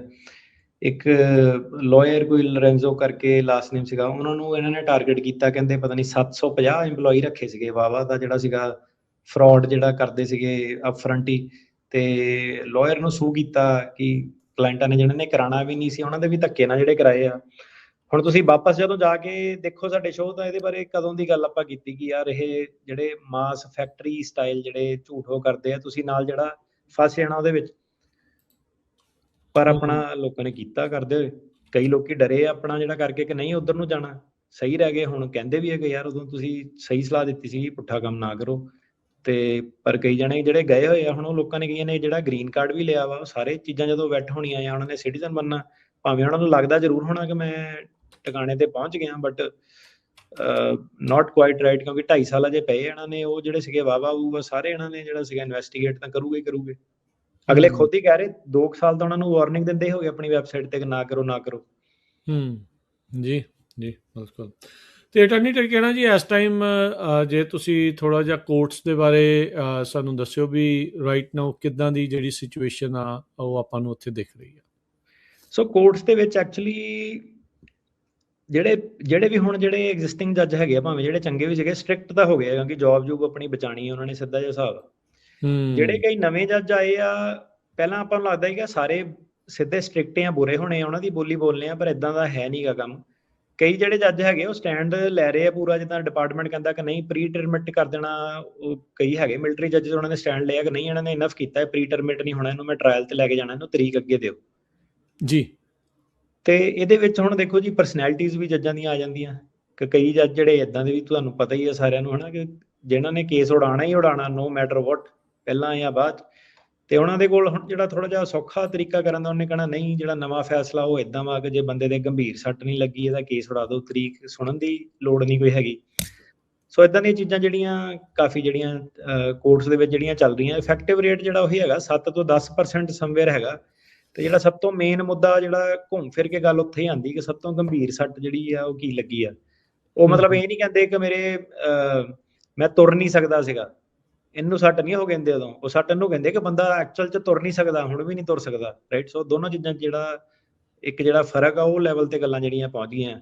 ਓਕੇ, ਸੋ ਪਰਮਾਨੈਂਟ ਸੱਟ ਦੀਆਂ ਗੱਲਾਂ ਕਰਦੇ ਆ ਉਹ, ਫਿਰ ਪਰਮਾਨੈਂਟ ਸੱਟ ਦੀਆਂ ਗੱਲਾਂ ਤੱਕ ਆ ਗਏ ਆ। ਕਈ ਜਿਹੜੇ ਸੀਗੇ ਛੋਟੇ ਮੋਟੇ ਟੱਕ ਵੀ ਜਿਹੜੇ ਹੁੰਦੇ ਆ, ਸਕਾਰ ਸਕੂਰ ਹੁੰਦੇ ਆ, ਉਹਨੂੰ ਕਹਿੰਦੇ ਮਾਈਨਰ ਸਕਾਰਿੰਗ, ਉਹਨੂੰ ਵੀ ਜਿਹੜਾ ਸੀਗਾ ਬਰੂਜ਼ਿਸ ਨੂੰ, ਰੈਸ਼ਿਸ ਨੂੰ, ਉਹ ਚੀਜ਼ ਨੂੰ ਵੀ ਜਿਹੜਾ ਸੀਗਾ ਨਹੀਂ ਮੰਨਦੇ। ਸੋ ਇਹ ਜਿਹੜਾ ਸਭ ਤੋਂ ਵੱਡਾ ਸਿੰਗਲ ਮੋਸਟ ਫੈਕਟਰ ਜਿਹੜਾ ਇਹ ਹੈਗਾ ਇਸ ਵੇਲੇ ਕਿ ਸੱਟ ਕਿਹਨੂੰ ਸਭ ਤੋਂ ਜ਼ਿਆਦਾ ਗੰਭੀਰ ਲੱਗੀ ਸੀ, ਉਹਦੇ ਬੇਸ ਤੇ ਜਿਹੜਾ ਸੀਗਾ ਕੇਸ ਜਿਹੜਾ ਸੀਗਾ ਜਾਂ ਤਾਂ ਅੱਗੇ ਜਾ ਰਿਹਾ, ਜਾਂ ਉਹ ਕਹਿੰਦਾ ਕਿ ਬਲਜੀਤ ਸਿੰਘ ਵਰਸਸ ਬੌਂਡੀ ਦਾ ਜਿਹੜਾ ਕੇਸ ਆਇਆ ਸੀਗਾ ਦਸੰਬਰ 2025 'ਚ, ਉਹਦੇ ਹਿਸਾਬ ਨਾਲ ਸਾਨੂੰ ਸਰਕਿਟ ਕੋਰਟ ਕਹਿੰਦਾ ਹੈਗਾ ਕਿ ਸਿੱਧੇ ਡਿਨਾਈ ਕਰੋ ਕੇਸ, ਕਿਉਂਕਿ ਪਾਸਟ ਪਰਸੀਕਿਊਸ਼ਨ ਨਹੀਂ ਹੈਗੀ ਤੇ well founded fear future persecution ਦਾ ਐਸਟੈਬਲਿਸ਼ ਨਹੀਂ ਹੁੰਦਾ। ਤੇ ਉਹ ਚੀਜ਼ਾਂ ਜਿਹੜੀਆਂ ਸੀਗੀਆਂ ਕਾਫੀ ਜਿਹੜੀਆਂ ਕਾਮਨ ਅੱਜ ਕੱਲ੍ਹ ਕਿ ਸੱਟ ਦੀ ਗੰਭੀਰਤਾ ਕੀ ਆ।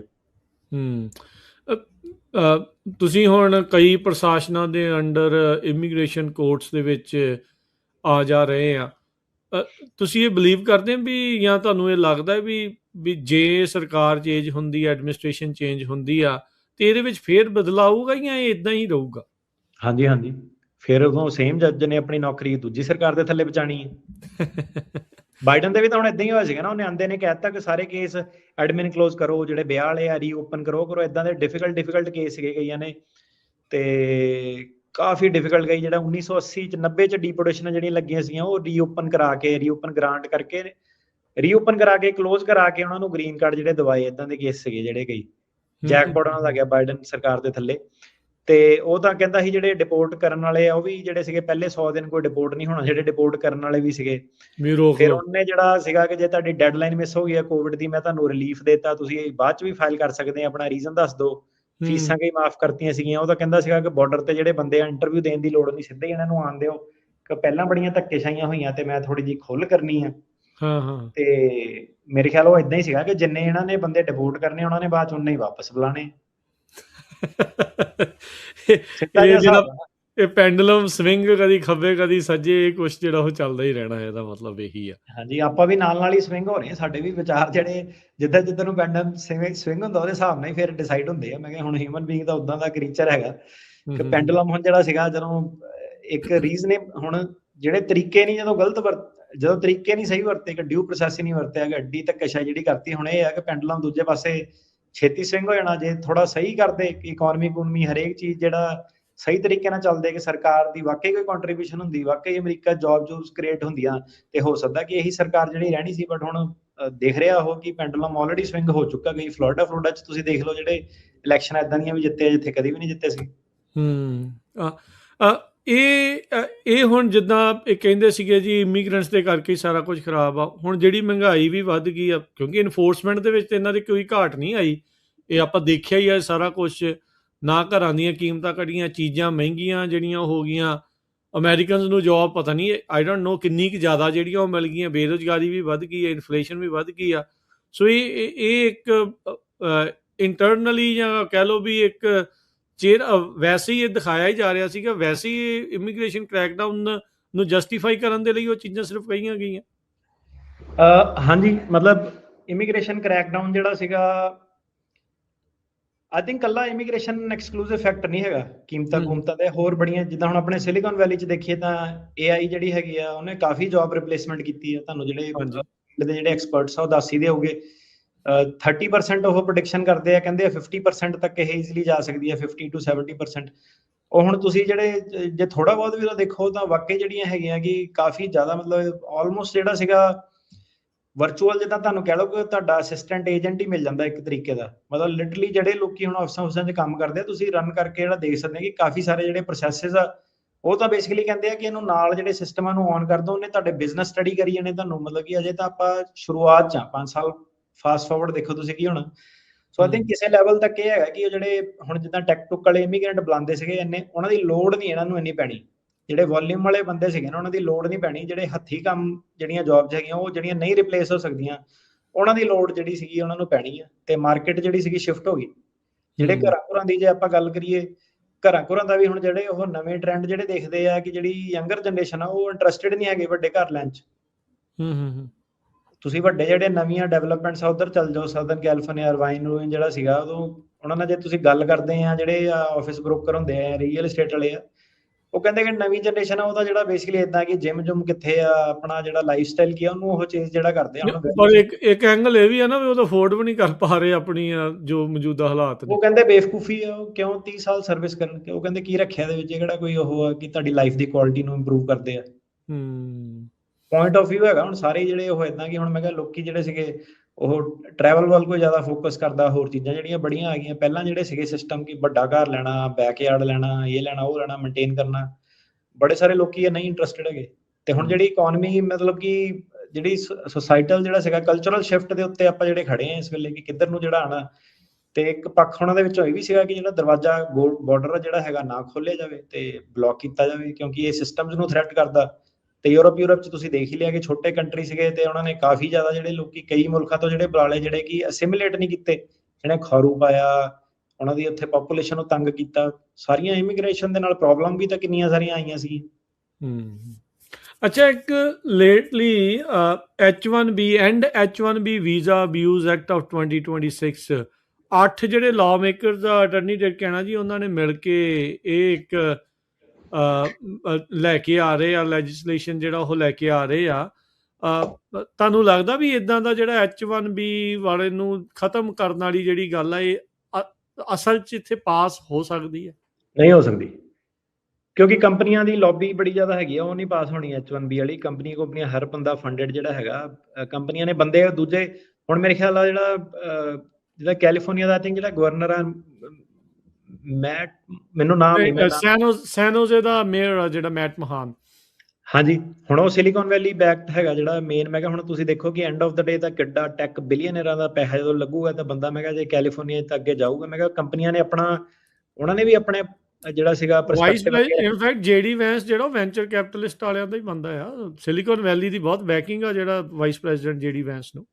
ਨਹੀਂ, H1B ਤਾਂ ਨਹੀਂ ਜਾਣਾ, ਆਈ ਡੋਂਟ ਥਿੰਕ ਸੋ। ਉਹ ਤਾਂ ਸੋ ਇਹ ਜੋ ਇਸ ਟਾਈਮ ਆਪਾਂ ਦੇਖ ਰਹੇ ਇੱਕ ਜਿਹੜੀ ਵੇਵ H1B ਦੇ ਉਲਟਾ ਘਰਾਂ 'ਚ ਜਾ ਕੇ, ਪਰ ਇਹ ਰਿਐਲਿਟੀ ਵੀ ਆ ਵੀ ਇਸ ਸਿਸਟਮ ਦਾ ਅਬਿਊਜ਼ ਕੀਤਾ ਗਿਆ ਹੈ। ਹਾਂਜੀ, ਸੋ ਦੇਖੋ ਜੀ, H1B ਦਾ ਇਦਾਂ ਹੁੰਦਾ, ਜਿਹਨਾਂ ਨੂੰ ਨਹੀਂ ਪਤਾ, ਦੇਖੋ ਹਰੇਕ ਚੀਜ਼ ਦੇ ਵਿੱਚ ਨਾ, ਹਰੇਕ ਕਿੱਤੇ ਦੇ ਵਿੱਚ, ਹਰੇਕ ਕਮਿਊਨਿਟੀ ਦੇ ਵਿੱਚ, ਹਰੇਕ ਪ੍ਰੋਫੈਸ਼ਨ ਦੇ ਵਿੱਚ ਕਈ ਬੰਦੇ ਮਿਹਨਤ ਨਾਲ ਅੱਗੇ ਜਾਂਦੇ ਆ, ਕਈ ਬੰਦੇ ਦਾ ਲਾ ਕੇ ਅੱਗੇ ਜਾਂਦੇ ਆ ਗੱਲਾਂ ਬਾਤਾਂ ਨਾਲ, ਛਲ ਕਪਟ, ਦੋਸਤੀਆਂ, ਕਨੈਕਸ਼ਨ। ਇਹ ਸੱਚਾਈ ਹੈ। ਇਹ ਮਤਲਬ ਹੁਣ ਨਹੀਂ, ਜਿਹੜੇ ਮਰਜ਼ੀ ਪੁਰਾਣੇ ਸਾਲਾਂ ਦੀ ਤੁਸੀਂ ਗੱਲ ਕਰ ਲਓ, ਇਹ ਚੱਲਦਾ ਹੀ ਰਹਿੰਦਾ। ਜਿਹੜਾ ਹੁਣ H1B ਵਾਲਾ ਸਿਸਟਮ ਵੀ ਹੈ ਨਾ, ਉਹਦੇ ਵਿੱਚ ਬੰਦੇ ਤੁਹਾਡੇ ਇਦਾਂ ਦੇ ਵੀ ਆ ਜਿਹੜੇ ਇੰਡੀਆ 'ਚ ਪ੍ਰੋਪਰ ਇੰਜੀਨੀਅਰਿੰਗ ਸਕੂਲਾਂ ਦੇ ਵਿੱਚ ਗਏ ਆ, ਉਹਨੇ ਪ੍ਰੋਪਰ ਆ ਕੇ ਇੱਥੇ ਮਾਸਟਰਸ ਕੀਤੀ ਆ, ਪੜ੍ਹਾਈ ਦੇ ਦਮ ਤੇ, ਆਪਣੇ ਦਮ ਤੇ ਜਿਹੜੇ ਆਏ ਆ। ਉਹਦੇ ਵਿੱਚ ਬੰਦੇ ਤੁਹਾਨੂੰ ਇਦਾਂ ਦੇ ਵੀ ਮਿਲ ਜਾਣੇ ਜਿਹਨਾਂ ਦੀਆਂ ਡਿਗਰੀਆਂ ਜਾਲੀ ਆ, ਜਿਹਨਾਂ ਦੇ ਐਕਸਪੀਰੀਅੰਸ ਜਾਲੀ ਆ, ਨਕਲੀ ਜਿਹੜੇ ਰੈਜ਼ੂਮੇ ਵਗੈਰਾ ਮਾਰਕੀਟ ਕਰਕੇ ਇੱਥੋਂ ਜਿਹੜੇ ਮਾਰਕੀਟਿੰਗ ਏਜੰਟ ਹੁੰਦੇ ਆ, ਉਹਨਾਂ ਦੇ ਥਰੂ ਕੰਪਨੀਆਂ 'ਚ ਘੁਸਦੇ ਸੀਗੇ। ਮੇਰੇ ਕੋਲ 7 ਸਾਲ ਦਾ ਐਕਸਪੀਰੀਅੰਸ, 8 ਸਾਲ ਦਾ ਐਕਸਪੀਰੀਅੰਸ, ਕੰਸਲਟੈਂਟਾਂ ਦੇ ਥਰੂ। ਸੋ ਜਿਹੜੇ ਕੰਸਲਟੈਂਟ ਕੀ ਸੀਗੇ ਕਿ ਜਿਹੜਾ H1B ਦਾ ਕਾਨੂੰਨ ਹੈਗਾ, ਉਹ ਕਹਿੰਦੇ ਜੇ ਕੰਪਨੀ ਨੂੰ ਵਾਕਈ ਜੌਬ ਦੀ ਲੋੜ ਆ ਤਾਂ ਕੀ ਉਹਨਾਂ ਨੂੰ ਪੋਜੀਸ਼ਨ, ਉਹਦੇ ਹਿਸਾਬ ਨਾਲ ਤੁਸੀਂ H1B ਫਾਈਲ ਕਰੋ। ਪਰ ਇਹ ਜਿਹੜੇ ਹੁਣ ਕੰਸਲਟੈਂਟ ਆ, ਇਹ ਕੀ ਕਰਦੇ ਸੀਗੇ ਕਿ ਇੰਡੀਆ ਤੋਂ ਲੋਕੀ ਜਿਹੜੇ ਹੈਗੇ ਡੈਸਪਰੇਟ ਇੱਥੇ ਆਉਣ ਲਈ, ਕਿ ਕਿੱਦਾਂ ਪਹੁੰਚੀਏ, ਦਾ ਕਿੱਦਾਂ ਲਾਈਏ ਆਪਣਾ, ਕਿ H1B ਹੋਵੇ, ਭਾਵੇਂ ਜਿਹੜਾ ਮਰਜ਼ੀ ਹੋਵੇ, ਜਿੰਦਾ ਹੋਵੇ, ਬੰਦਾ ਮਰਿਆ ਹੋਵੇ, ਜਿੰਨਾ ਮਰਜ਼ੀ ਵਿਆਹ ਕਰਾ ਕੇ ਆਈਏ, ਲਾਸ਼ ਨਾਲ ਵਿਆਹ ਕਰਾ ਦੋ, ਭਾਵੇਂ ਫੇਰ ਬਾਹਰ ਆਈਏ, ਮਤਲਬ ਵਿਲਿੰਗ ਟੂ ਡੂ ਐਵਰੀਥਿੰਗ ਹੈ ਨਾ। ਉਹ ਹੁਣ ਬੰਦੇ ਕੀ ਸੀਗੇ ਕਿ ਉਹਨਾਂ ਨੇ ਕੰਸਲਟੈਂਟ ਨੂੰ ਪੈਸੇ ਦੇ ਕੇ, ਉਦੋਂ ਵੀ ਕੰਸਲਟੈਂਟ ਨੇ ਪੈਸੇ ਪਹਿਲਾਂ ਇਕੱਠੇ ਕਰ ਲਏ ਕਿ ਲੈ ਭਾਈ, ਤੁਹਾਨੂੰ ਇੰਡੀਆ ਤੋਂ ਲੈ ਕੇ ਆਉਣਾ, ਇੰਨੇ ਪੈਸੇ ਲੱਗਦੇ ਆ, ਪੈਸੇ ਦਿਓ। ਉਹ ਤਾਂ ਚਲੋ ਅੰਡਰ ਦਾ ਟੇਬਲ ਜੋ ਵੀ ਚੀਜ਼ ਹੋਣੀ। ਹੁਣ ਇਹ ਬੰਦੇ ਜਦੋਂ ਆ ਗਏ ਇੱਥੇ, ਉਹਨਾਂ ਨੇ ਦੱਸਤਾ ਕਿ ਇਹ ਬੰਦੇ ਨੇ ਇੱਥੇ ਕੰਮ ਕਰਨਾ ਜਾਂ ਉੱਥੇ ਕੰਮ ਕਰਨਾ, ਸਾਡਾ ਆਫਿਸ। ਹੁਣ ਕੰਸਲਟੈਂਟ ਨੇ ਕੀ, ਇਹਨਾਂ ਨੇ ਘਰਾਂ 'ਚ ਆਫਿਸ ਬਣਾਏ ਹੋਏ ਸੀਗੇ।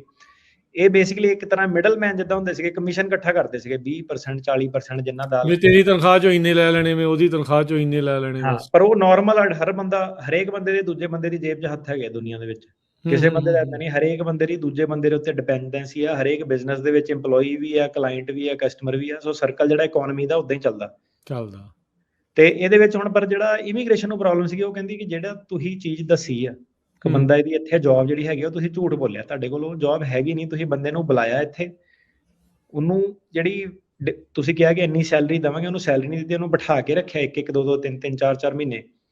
ਉਹਨੂੰ ਫਿਰ ਤੁਸੀਂ ਮਾਰਕੀਟ ਕਰਨਾ ਸ਼ੁਰੂ ਕੀਤਾ, ਉਹਦੀ ਜੌਬ ਲਗਵਾਈ, ਉਹਨੂੰ ਮਾਰਕੀਟ ਕਰਨਾ ਸ਼ੁਰੂ ਕੀਤਾ। ਉਹ ਚੀਜ਼ ਉਹ ਕਹਿੰਦੇ ਕਿ ਖਿਲਾਫ ਆ ਜਿਹੜੇ ਇਮੀਗ੍ਰੇਸ਼ਨ ਸਿਸਟਮ ਦੇ, ਤੇ ਉਹ ਜਿਹੜਾ ਅਮਰੀਕਨ ਜਿਹੜੇ ਸਿਟੀਜ਼ਨ ਆ ਉਹਨਾਂ ਦਾ ਨੁਕਸਾਨ ਕਰਦੀ ਆ, ਕਿਉਂਕਿ ਉਹਨਾਂ ਨੂੰ ਇੱਕ ਕੰਪਨੀ ਨੂੰ ਪੂਰੀਆਂ ਤਨਖਾਹ ਦੇਣੀਆਂ ਪੈ ਰਹੀਆਂ, ਇੱਕ ਪਾਸੇ ਤੁਸੀਂ ਬੈਂਚ ਕਰ ਰਹੇ ਹੋ, ਉਹਨਾਂ ਨੂੰ ਤਨਖਾਹਾਂ ਨਹੀਂ ਦੇ ਰਹੇ, ਤੇ ਦੂਸਰਾ ਉਹ ਇਹ ਕਹਿੰਦੇ ਆ ਕਿ ਜਿਹੜੀ ਇਦਾਂ ਦੀ ਵਰਕਫੋਰਸ ਆ ਜਿਹਨਾਂ ਨੂੰ ਆ ਕੇ ਤੁਸੀਂ ਮਾਰਕੀਟ ਕਰਕੇ ਫਿੱਟ ਕਰ ਦਿੰਦੇ ਆ, ਉਹ ਅਮਰੀਕਨਸ ਨੂੰ ਜਾਂ ਅਮਰੀਕਨ ਸੋਸਾਇਟੀ ਨੂੰ ਕਿਸੇ ਵੀ ਪੱਖੋਂ ਜਿਹੜਾ ਸੀਗਾ ਬੈਨੀਫਿਟ ਨਹੀਂ ਕਰਦੀ।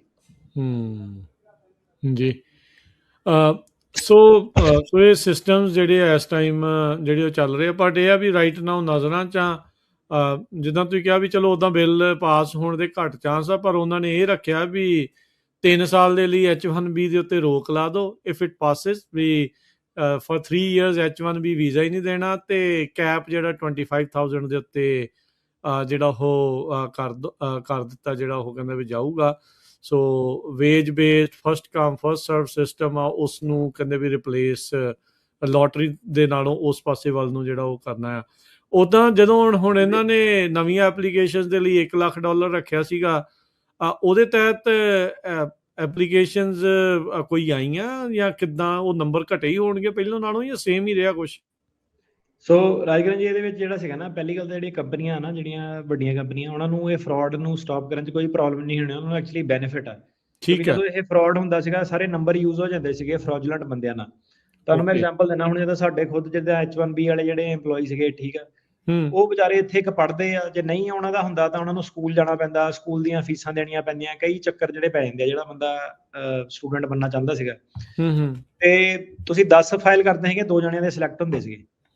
ਇਸ ਸਾਲ ਟੋਟਲੀ ਡਿਫਰੈਂਟ ਆ। ਸਾਰਿਆਂ ਦੇ ਸਿਲੈਕਟ ਆ, ਕਿਉਂਕਿ ਜਿਹੜੇ ਸੀਗੇ ਇੱਕ ਤਾਂ ਫੀਸ ਉਹਨਾਂ ਨੇ $1 ਲੱਖ ਰੱਖਤੀ ਸੀਗੀ, ਜਿਹੜੇ ਇੰਡੀਆ 'ਚ ਬਾਹਰ ਵਾਲੇ ਆ। ਉਹਨਾਂ ਕੀ ਸੀਗਾ ਕਿ ਜਿਹੜੇ ਆਹ ਬਿਨਾਂ ਮਤਲਬ ਦੇ ਭਾਵੇਂ ਜੌਬ ਵੀ ਨਹੀਂ ਸੀ, ਉਹਨਾਂ ਦੇ H1B ਜਿਹੜੇ ਫਾਈਲ ਕਰਦੇ ਸੀਗੇ ਬੋਡੀ ਸ਼ਾਪਾਂ, ਉਹ ਫਾਈਲ ਹੀ ਨਹੀਂ ਹੋਏ। ਮੇਰੇ ਖਿਆਲ 85 H1B ਜਿਹੜੇ ਫਾਈਲ ਹੋਏ ਆ, ਕਿਉਂਕਿ $1 ਲੱਖ ਗੱਲ ਤਾਂ ਪੈਸੇ ਦੀ ਸੀਗੀ ਸਾਰੀ, ਤੇ ਉਹਨਾਂ ਨੇ ਜਦੋਂ ਵਾਲਾ ਰੂਲ ਰਾਤਾ ਉਹਨਾਂ ਐਲੀਮੀਨੇਟ ਹੋ ਗਏ। ਉਹਦੇ ਕਰਕੇ ਕੀ ਹੋਇਆ ਕਿ ਜਿਹੜੇ ਬੰਦੇ ਇੱਥੇ ਸੀਗੇ, ਜਿੱਦਾਂ ਹੁਣ ਸਾਡੇ EMPLOYE ਵੀ ਆ ਜਾਂ ਕੁਝ ਵੀ ਆ, ਉਹਨਾਂ ਨੂੰ ਸਾਰਿਆਂ ਨੂੰ ਜਿਹੜੀ ਸੀਗੀ H1B ਈਜ਼ੀ ਹੋ ਗਿਆ, ਕਿਉਂਕਿ ਸਾਰਿਆਂ ਦੇ ਸਿਲੈਕਟ ਹੋ ਗਏ, ਕਿਉਂਕਿ ਲੋਟਰੀ 'ਚ ਨੰਬਰ ਜਿਹੜੇ ਅਵੇਲੇਬਲ ਸੀਗੇ। ਜਿਹੜੀ ਦੂਜੀ ਗੱਲ ਕਰੀਏ ਕਿ ਵੇਜ ਵਾਲੀ ਆ, ਕਿ ਵੇਜ ਲੈਵਲ 1 2 3 4 4 ਲੈਵਲ ਹੁੰਦੇ ਆ, ਕਿ 4 ਵਾਲਿਆਂ ਦੇ 4 ਚਾਂਸ ਬੰਦੇ ਐਕਚੁਅਲੀ ਸਾਡੇ ਲੈਵਲ 1 ਵਾਲੇ ਵੀ ਸਿਲੈਕਟ ਹੋ ਗਏ ਆ। ਕਹਿਣ ਦਾ ਮਤਲਬ ਏਦਾਂ ਕਿ ਜਦੋਂ ਫਰਾਡ ਹੀ ਜਦੋਂ ਕੱਟ ਸ਼ਾਟ ਹੋ ਗਿਆ, ਤੇ ਉਹਨਾਂ ਨੇ ਜਦੋਂ ਜਿਹੜਾ ਲੂਪ ਹੋਲ ਜਿਹੜੇ ਸੀਗੇ ਉਹੀ ਮਿਟਾਤੇ ਗੇਮ ਦੇ ਵਿੱਚੋਂ ਦੀ, ਤੇ ਉਹਦੇ ਨਾਲ ਜਿਹੜਾ ਸੀਗਾ ਡਾਇਰੈਕਟਲੀ, ਹੁਣ ਜਿੱਦਾਂ ਮੈਂ ਸਮਾਲ EMPLOYER ਆ, ਮੈਂ ਉਹਨੂੰ ਸਪੋਰਟ ਕਰਦਾ ਕਿ ਆਹ ਚੀਜ਼ ਵਧੀਆ, ਕਿਉਂਕਿ ਹੁਣ ਜਿਹੜਾ ਇੱਕ ਇੰਡੀਆ 'ਚ ਵਿਹਲਾ ਬੈਠਾ ਬੰਦਾ H1B ਟਰਾਈ ਕਰੀ ਜਾ ਰਿਹਾ ਹਰ ਸਾਲ, ਕੰਪਨੀਆਂ ਦੇ ਕੋਲ ਜੌਬ ਵੀ ਨਹੀਂ ਹੈਗੀ, ਇੱਕ ਤੁਸੀਂ ਕਹ ਲਓ ਕਿ ਫਰਾਡੂਲੈਂਟ ਸਕੀਮ ਜਿਹੜੀ ਹੈਗੀ ਆ, ਉਹਨਾਂ ਜਿਹੜਾ ਇੱਕ ਇੱਥੇ ਸਟੂਡੈਂਟ ਪੜ੍ਹ ਰਿਹਾ, ਜਿਹਦਾ ਇੱਕ ਖਰਚਾ ਆ ਰਿਹਾ ਰਹਿਣ ਦਾ ਇੱਥੇ ਸਾਰਾ, ਤੇ ਉਹਨੂੰ ਡਿਸਐਡਵਾਂਟੇਜ ਸੀਗੀ। ਜਿਹੜਾ ਅਮਰੀਕਨ ਸਿਟੀਜ਼ਨ ਆ ਉਹਨੂੰ ਡਿਸਐਡਵਾਂਟੇਜ ਸੀਗੀ, ਕਿਉਂਕਿ ਅਮਰੀਕਨ ਸਿਟੀਜ਼ਨ ਨੇ ਕਦੀ ਆਪਣੇ ਰੈਜ਼ੂਮੇ 'ਚ ਝੂਠ ਨਹੀਂ ਬੋਲਣਾ। ਜਿਹੜਾ ਉਹ ਵਾਲਾ ਬੰਦਾ ਆਇਆ ਉਹਨੂੰ ਝੂਠ ਬੋਲ ਕੇ ਕਿ ਨਹੀਂ ਕੋਈ 7 ਸਾਲ ਦਾ ਐਕਸਪੀਰੀਅੰਸ 8 ਸਾਲ ਦਾ ਐਕਸਪੀਰੀਅੰਸ, ਉਹ ਆਹ ਚੀਜ਼ ਚੱਲ ਰਹੀ ਸੀਗੀ। ਸੋ ਆਹ ਚੀਜ਼ ਦਾ ਜਿਹੜਾ ਅਸਲੀ ਫਰਾਡ ਜਿਹੜਾ ਸੀਗਾ ਸਾਰਿਆਂ ਨੂੰ ਹੀ ਪਤਾ, ਹਰੇਕ ਕੰਸਲਟਿੰਗ ਕੰਪਨੀ, ਜਿਹੜਾ ਬੰਦਾ H1B ਤੇ ਜਿਹੜਾ ਆਇਆ ਹੋਇਆ ਨਹੀਂ ਹੈਗਾ, ਮੈਂ ਉਹਨੂੰ ਕਹਿੰਦਾ, ਮੈਂ ਕਿਹਾ ਏਦਾਂ ਕਿ ਬਾਲੀ ਜਿਹੜੇ ਉਹ ਮੇਰੇ ਸਾਹਮਣੇ ਰੈਜ਼ੂਮੇ ਰੱਖ ਦੋ, ਕਿਉਂਕਿ ਟੈਕਨੋਲੋਜੀਆਂ ਦਾ ਦੇਖੋ, ਜਿਹੜੇ ਕਦੀ .NET ਆ ਗਈ, ਕਦੀ ਆਹ ਟੈਕਨੋਲੋਜੀ ਤਾਂ ਜਿਹੜੀ ਚੇਂਜ ਹੁੰਦੀ ਰਹਿੰਦੀ ਹੈ। ਕਿੱਦਾਂ ਤੁਹਾਡੀ ਗ੍ਰੀਨ ਕਾਰਡ ਤੱਕ ਜਿਹੜੀ ਜਰਨੀ ਆ ਉਹ ਤਾਂ ਹੈਗੀ ਆ 15 ਸਾਲ ਦੀ, ਐਡੀ ਲੌਂਗ ਜਿਹੜੀ ਜਰਨੀ ਆ। ਸੋ ਉਹਦੇ ਵਿੱਚ ਕੀ ਸੀਗਾ ਕਿ ਲੋਕਾਂ ਨੂੰ ਪੜ੍ਹ ਲਿਖ ਕੇ ਇਵੋਲਵ ਕਰਨਾ ਪੈਂਦਾ। ਜੇ ਹੁਣ AI ਆ ਗਈ, ਉਹਨਾਂ ਨੂੰ AI ਦੇ ਹਿਸਾਬ ਨਾਲ ਆਪਣੇ ਆਪ ਨੂੰ ਰੀਟੂਲ ਕਰਨਾ ਪੈਣਾ। ਪਰ ਇਹ ਸੀਗਾ ਕਿ ਕਾਫੀ ਬੰਦੇ ਜਿਹੜੇ ਸੀਗੇ ਵੋਲਿਊਮ ਬੇਸਡ ਵਾਲੇ ਸੀਗੇ, ਕਾਫੀ ਜ਼ਿਆਦਾ QA ਬਿਜ਼ਨਸ ਐਨਾਲਿਸਟ, ਕਾਫੀ ਬੰਦੇ ਟੈਕ 'ਚ ਜਿਹੜੇ ਘੁਸੇ ਪਏ ਸੀਗੇ, ਉਹ ਲੋਕਾਂ ਨੂੰ ਲੱਗਦਾ ਸੀਗਾ ਕਿ ਉਹ ਇੰਜੀਨੀਅਰ ਹੈਗੇ ਆ, ਪਰ ਉਹ ਇੰਜੀਨੀਅਰ ਹੁੰਦੇ ਨਹੀਂ ਸੀਗੇ। ਹਰੇਕ ਬੰਦਾ ਡਿਵੈਲਪਰ ਕੋਡਰ ਜਿਹੜਾ ਨਹੀਂ ਸੀਗਾ। ਹੁਣ AI ਨੇ ਕੀ ਸੀਗਾ ਕਿ ਜਿਹੜੀਆਂ ਰੂਟੀਨ ਟਾਸਕ ਟੂਸ ਜਿਹੜੀਆਂ ਹੋ ਗਈਆਂ, ਕੁਆਲਿਟੀ ਅਸ਼ੋਰੈਂਸ ਵਗੈਰਾ, ਉਹ ਕਾਫੀ ਜ਼ਿਆਦਾ ਲਿਮਿਟੇਡ ਕਰਤੀਆਂ। ਹੁਣ ਇਹ ਬੰਦਿਆਂ ਦੀ ਬੇਸਿਕਲੀ ਯੂਟਿਲਿਟੀ ਨਹੀਂ ਹੈਗੀ। ਲੌਂਗ ਸਟੋਰੀ ਸ਼ਾਰਟ ਜਿਹੜੀ ਇਹ ਆ। ਤੇ ਔਨ ਟਾਪ ਆਫ ਦੈਟ ਤੁਸੀਂ ਲਾ ਲਓ ਕਿ ਉਹਨਾਂ ਨੇ H1B ਨੂੰ ਰੈਗੂਲੇਟ ਕਰਨਾ ਸ਼ੁਰੂ ਕਰਤਾ, ਜਿਹਦੇ ਕਰਕੇ ਕਿ ਜਿਹੜਾ ਸੀਗਾ ਇੰਡੀਆ ਤੋਂ ਜਿਹੜਾ ਮਾਸ ਫਰਾਡ ਜਿਹੜਾ ਸੀਗਾ ਉਹ ਚੀਜ਼ ਰੁਕ ਗਈ। ਉਹਦੇ ਕਰਕੇ ਜਿਹੜਾ ਸੀਗਾ ਕਿ 1 ਸਾਲ ਦੇ ਵਿੱਚ ਹੀ ਆਪਾਂ ਦੇਖਿਆ ਕਿ ਰਿਫਾਰਮ ਜਿਹੜਾ ਆ ਗਿਆ। ਸੋ ਇਹਨੂੰ ਹੁਣ ਤੁਸੀਂ ਕਿਹੜੀ ਤਰ੍ਹਾਂ ਲੈਣੇ ਆ, ਇਹ ਉੱਤੇ ਆ। ਮੇਰੇ ਹਿਸਾਬ ਨਾਲ ਤਾਂ ਇਹ ਨਾਟ ਅ ਬੈਡ ਥਿੰਗ ਕਿ ਜੇ ਕਲੀਨ ਅਪ ਜਿਹੜਾ ਇਸ ਚੀਜ਼ 'ਚ ਕਰਦੇ ਆ ਤਾਂ ਗੁੱਡ ਹੀ ਆ। ਇੱਥੋਂ ਤੱਕ ਕਿ ਜਿਹੜੇ ਲੋਕ ਮੈਨੂੰ ਲੱਗਦਾ ਵੇਟ ਕਰ ਰਹੇ ਸੀ, ਜਿਹੜੇ ਇੱਥੇ ਆਏ ਹੋਏ ਸੀ H1B ਵਾਲੇ ਵੀ ਕਹਿ ਲਓ, ਜਾਂ ਜਿਹੜੇ ਪੜ੍ਹ ਕੇ ਇੱਥੇ ਅੱਗੇ ਤੋਂ ਅੱਗੇ ਚੱਲ ਰਹੇ ਸੀ, ਉਹਨਾਂ ਦੇ ਵੀ ਮੈਨੂੰ ਲੱਗਦਾ ਪ੍ਰੋਸੈਸ ਦੇ ਵਿੱਚ ਤੇਜ਼ੀ ਆਈ ਹੋਣੀ ਹੈ। ਬਿਲਕੁਲ ਆਊਗੀ, ਕਿਉਂਕਿ ਜਦੋਂ ਸਾਰੇ ਐਲੀਮੀਨੇਟ ਹੋ ਗਏ ਜਾਊਗੇ, ਤੁਹਾਡਾ 30% 40% ਜਦੋਂ ਵਰਕਫੋਰਸ ਐਲੀਮੀਨੇਟ ਹੋ ਗਈ, ਜਿੱਥੇ ਤੁਹਾਡੇ 15 ਸਾਲ ਲੱਗਦੇ ਸੀ ਉੱਥੇ ਤੁਹਾਡੇ 7 ਲੱਗੂਗੇ। ਜੀ। ਅੱਛਾ, ਇੱਥੇ ਸਟੂਡੈਂਟ ਵੀਜ਼ੇ ਦੇ ਉੱਤੇ ਜਿਹੜਾ OPT ਮਿਲਦਾ ਆ ਬਾਅਦ ਦੇ ਵਿੱਚ, ਉਹਨੂੰ ਲੈ ਕੇ ਪਿਛਲੇ ਦਿਨਾਂ 'ਚ USCIS ਵਾਲੇ ਜਾਂ DHS ਵਾਲੇ ਕਹਿ ਰਹੇ ਸੀਗੇ ਵੀ 10,000 ਪਲੱਸ ਫਰਾਡ ਕੇਸਿਸ ਜਿਹੜੇ ਉਹ ਹੈਗੇ ਆ। ਸੋ ਕੀ ਮੁੱਦਾ ਹੈ ਜਿਹੜੇ ਸਟੂਡੈਂਟ ਵੀਜ਼ੇ ਦੇ ਨਾਲ ਸੰਬੰਧਿਤ OPT ਵਾਲਾ ਮਾਮਲਾ ਹੈ? ਸੋ OPT ਵਾਲਾ ਮਾਮਲਾ ਇਹ ਹੁੰਦਾ ਕਿ OPT ਤੁਹਾਡੀ ਜੌਬ ਦੇ ਨਾਲ ਸਾਈਨ ਅਪ ਹੁੰਦੀ ਹੈ। ਮਤਲਬ ਤੁਸੀਂ ਜਿੱਦਾਂ ਇੰਜੀਨੀਅਰਿੰਗ 'ਚ ਗ੍ਰੈਜੂਏਟ ਹੋਏ ਆ ਤਾਂ ਤੁਸੀਂ ਇੰਜੀਨੀਅਰਿੰਗ ਤੁਹਾਡੀ ਉਹਦੀ ਫੀਲਡ 'ਚ ਜਾ ਕੇ ਕੰਮ ਕਰਨਾ। 90 ਦਿਨ ਤੱਕ ਤੁਸੀਂ ਅਨਐਮਪਲੋਇਮੈਂਟ ਰਹਿ ਸਕਦੇ ਆ, ਪਰ ਬਾਕੀ ਤੁਹਾਨੂੰ ਸਾਰੀ ਜਿਹੜੀ ਸੀਗੀ ਤੁਹਾਡਾ ਰੋਜ਼ਗਾਰ ਜਿਹੜਾ ਹੋਣਾ ਚਾਹੀਦਾ। ਮਤਲਬ 90 ਦਿਨ ਤੱਕ ਤੁਹਾਨੂੰ ਐਗਜ਼ੈਂਪਸ਼ਨ ਮਿਲਦੀ ਹੈ ਕਿ ਇੰਨੀ ਦੇਰ ਤੁਸੀਂ ਜਿਹੜਾ ਸੀਗਾ ਬਿਨਾਂ ਨੌਕਰੀ ਦੇ ਰਹਿ ਸਕਦੇ ਆ। ਤਾਂ ਤੁਸੀਂ ਆਪ ਹਿਸਾਬ ਲਾ ਲਓ, ਹੁਣ ਹਜ਼ਾਰਾਂ 'ਚ ਲੋਕ ਗ੍ਰੈਜੂਏਟ ਹੋਏ, ਕੀ ਸਾਰਿਆਂ ਨੂੰ ਨੌਕਰੀ ਮਿਲ ਜਾਣੀ ਹੈ 90 ਦਿਨਾਂ 'ਚ? ਨਹੀਂ। ਸੋ ਉਹਦੇ ਵਿੱਚ ਇਹ ਕੀ ਕਰਦੇ ਸੀਗੇ ਕਿ ਹੁਣ ਜਿਹੜੀ ਇਨੀਸ਼ੀਅਲ OPT ਤੁਹਾਡੀ ਹੁੰਦੀ ਹੈ, ਪਹਿਲੀ OPT ਦਿੰਦੇ ਤੁਹਾਨੂੰ 12 ਮਹੀਨੇ ਦੀ, ਉਹਦੇ ਵਿੱਚ ਕੋਈ ਇਦਾਂ ਦੀ ਰਿਕੁਆਇਰਮੈਂਟ ਨਹੀਂ ਹੁੰਦੀ ਕਿ ਤੁਹਾਨੂੰ ਪੇ ਸਟੱਬ ਮਿਲਣੀ ਚਾਹੀਦੀ, ਸੈਲਰੀ ਮਿਲਣੀ ਚਾਹੀਦੀ। ਤੁਸੀਂ ਵਲੰਟੀਅਰ ਜਿਹੜਾ ਇੰਟਰਨਸ਼ਿਪ ਵਗੈਰਾ ਕੰਮ ਕਰ ਸਕਦੇ ਆ। ਉੱਥੇ ਬੜਾ ਵੱਡਾ ਫਰਾਡ ਸੀਗਾ ਕਿ ਜੌਬ ਸੀਗੀ ਨਹੀਂ। ਇਹੀ ਜਿਹੜੇ ਤੁਹਾਨੂੰ ਦੱਸਿਆ ਬੋਡੀ ਸ਼ਾਪ ਵਾਲੇ, ਕੰਸਲਟਿੰਗ ਕੰਪਨੀ ਵਾਲੇ, ਇਹ ਉਹਨਾਂ ਨੂੰ ਆਪਣੇ ਕੋਲ ਰੱਖਦੇ ਸੀ, ਇਹ ਦਿਖਾਉਂਦੇ ਸੀਗੇ ਕਿ ਇਹਨਾਂ ਦੀ ਜੌਬ ਆ। ਨਾ ਇਹਨਾਂ ਦੇ ਉੱਥੇ ਆਫਿਸ ਹੁੰਦੇ ਸੀਗੇ ਕੋਈ, ਨਾ ਕੋਈ ਪ੍ਰੋਜੈਕਟ ਹੁੰਦਾ ਸੀਗਾ। ਇਹਨਾਂ ਨੇ ਸਟ੍ਰਿਪ ਮਾਲਾਂ 'ਚ ਇੱਕ ਕਮਰੇ ਦੇ ਜਿਹੜੇ ਆਫਿਸ ਪਾਏ ਸੀਗੇ, ਤੇ ਇਹ ਕਈ 100 ਜਣਿਆਂ ਨੂੰ OPT ਵੀ ਦੇ ਦਿੰਦੇ ਸੀਗੇ, ਨਾਲ ਕਈ ਵਾਰੀ ਉਹਨਾਂ ਕੋਲ ਪੈਸੇ ਵੀ ਲੈ ਲੈਂਦੇ ਸੀਗੇ, ਜਿਹੜੀ ਕਿ ਇਲੀਗਲ ਚੀਜ਼ ਆ। ਹੁਣ ਕੀ ਹੋ ਗਿਆ ਕਿ 90 ਦਿਨ ਵਾਲਾ ਰੂਲ ਇਹਨਾਂ ਨੇ ਬਾਈਪਾਸ ਕਰਤਾ ਕਿ ਲੈ ਇਹਨਾਂ ਨੇ ਕਿਹੜਾ ਪੇ ਸਟੱਬ ਮੰਗਣੀ ਆ, ਮੈਂ ਦਿਖਾਣਾ ਉਹਨਾਂ ਨੂੰ ਸਿੱਧੇ ਮੈਂ 12 ਮਹੀਨੇ ਦੀ ਮੇਰੀ OPT ਆ। ਉਸ ਤੋਂ ਬਾਅਦ ਆ ਜਾਂਦੀ ਗੱਲ, ਜਿਹੜੇ STEM ਵਾਲੇ ਹੁੰਦੇ ਆ, ਸਾਇੰਸ ਟੈਕਨੋਲੋਜੀ ਇੰਜੀਨੀਅਰਿੰਗ ਮੈਥਮੈਟਿਕਸ ਵਾਲੇ, ਉਹਨਾਂ ਨੂੰ STEM OPT ਮਿਲਦੀ ਹੈ। ਨਾਰਮਲ ਜਿਹੜਾ ਸਟੂਡੈਂਟ ਆ ਉਹਨੂੰ 12 ਮਹੀਨੇ ਹੁੰਦੀ ਆ। ਜਿਹੜੇ ਆਹ ਸਾਇੰਸਿਸ ਵਾਲੇ ਆ ਇਹਨਾਂ ਨੂੰ ਅੱਗੇ ਜਿਹੜੇ ਸੀਗੇ 2 ਸਾਲ ਹੋਰ OPT ਮਿਲਦੀ ਆ। STEM OPT ਉਹਨੂੰ ਕਹਿੰਦੇ ਆ। STEM ਦੇ ਵਿੱਚ ਹੁਣ ਕੀ ਰਿਕੁਆਇਰਮੈਂਟ ਸੀਗੀ ਕਿ ਤੁਹਾਡੀ ਜਿਹੜੀ ਸੈਲਰੀ ਸਲਿੱਪ ਜਿਹੜੀ ਜ਼ਰੂਰੀ ਹੋਣੀ ਚਾਹੀਦੀ, ਉਹ 'ਚ ਤੁਸੀਂ ਇੰਟਰਨਸ਼ਿਪ ਵਗੈਰਾ ਨਹੀਂ ਕਰ ਸਕਦੇ, ਉਹ 'ਚ ਤੁਹਾਨੂੰ ਪੇਮੈਂਟ ਜਿਹੜੀ ਹੋਣੀ ਜ਼ਰੂਰੀ ਹੈ, ਪੇ ਸਟੱਬ ਚਾਹੀਦਾ ਹੈ। ਕੁੱਲ ਮਿਲਾ ਕੇ 90 ਦਿਨ ਤੇ ਇਹਦੇ ਵਿੱਚ ਹੋਰ ਥੋੜਾ ਜਿਹਾ ਤੁਹਾਨੂੰ ਟਾਈਮ ਦਿੰਦੇ ਸੀ। ਕੁੱਲ ਮਿਲਾ ਕੇ ਜੇ ਤੁਸੀਂ ਸਟੈਮ ਵਾਲੇ ਕੈਂਡੀਡੇਟ ਆ ਤਾਂ ਤੁਸੀਂ 150 ਦਿਨ ਤੱਕ ਤੁਸੀਂ ਜਿਹੜਾ ਸੀਗਾ ਅਨਇੰਪਲੋਇਡ ਜਿਹੜਾ ਰਹਿ ਸਕਦੇ ਆ। ਹੁਣ ਗੱਲ ਇਹ ਹੈ ਕਿ ਪੇ ਸਟੱਬ ਕਿੱਥੋਂ ਆਵੇ। ਕਈਆਂ ਕੋਲ ਪੇ ਸਟੱਬ ਨਹੀਂ ਹੈਗੀ, ਕਈਆਂ ਨੇ ਨਕਲੀ ਪੇ ਸਟੱਬ ਜਿਹੜੀਆਂ ਸੀਗੀਆਂ ਮਿਨੀਮਮ ਵੇਜ ਵਾਲੇ ਤੇ ਉਦਾਂ ਸ਼ੁਰੂ ਕੀਤੀਆਂ ਹੋਈਆਂ, ਕਈ ਆਪ ਪੈਸੇ ਦੇ ਕੇ ਆਪਣੀਆਂ ਪੇ ਸਟੱਬਾਂ ਜਿਹੜੀਆਂ ਇੰਪਲੋਇਰਾਂ ਕੋਲ ਜਨਰੇਟ ਜਿਹੜੀਆਂ ਕਰਦੇ ਸੀਗੇ। ਤੇ ਉਹਨਾਂ ਨੇ ਫਿਰ ਜਦੋਂ ਸਾਰਾ ਇਹ ਆਡਿਟ ਦੇਖਿਆ ਕਿ ਭਾਈ ਇਹ ਕੰਮ ਕਿੱਥੇ ਕਰਦੇ ਆ, ਕੀ ਕਰਦੇ ਆ, ਤੇ OPT ਦਾ ਜਿਹੜਾ ਫਰਾਡ ਜਿਹੜਾ ਕਾਫੀ ਜਿਹੜਾ ਸਾਹਮਣੇ ਆਇਆ। ਤੇ ਇਹਦੇ ਨਾਲ ਨਾਲ ਕਈਆਂ ਨੇ ਤੁਸੀਂ ਦੇਖਿਆ ਹੀ ਆ ਕਿ ਪੈਰਲਲ ਬਿਜ਼ਨਸ ਵੀ ਕਈਆਂ ਨੇ ਚਲਾਏ ਹੋਏ ਸੀਗੇ ਜਿਹੜਾ ਕਿ ਉਹ ਨਹੀਂ ਚਲਾ ਸਕਦੇ ਸੀਗੇ। OPT ਤੇ ਕਿਸੇ ਨੇ ਡਾਂਸ ਅਕੈਡਮੀ ਖੋਲੀ ਆ, ਕਿਸੇ ਨੇ ਪਾਣੀ ਵੇਚਣ ਦੀ ਦੁਕਾਨ ਖੋਲੀ ਆ, ਕੋਈ ਰੈਸਟੋਰੈਂਟ ਰਨ ਕਰ ਰਿਹਾ।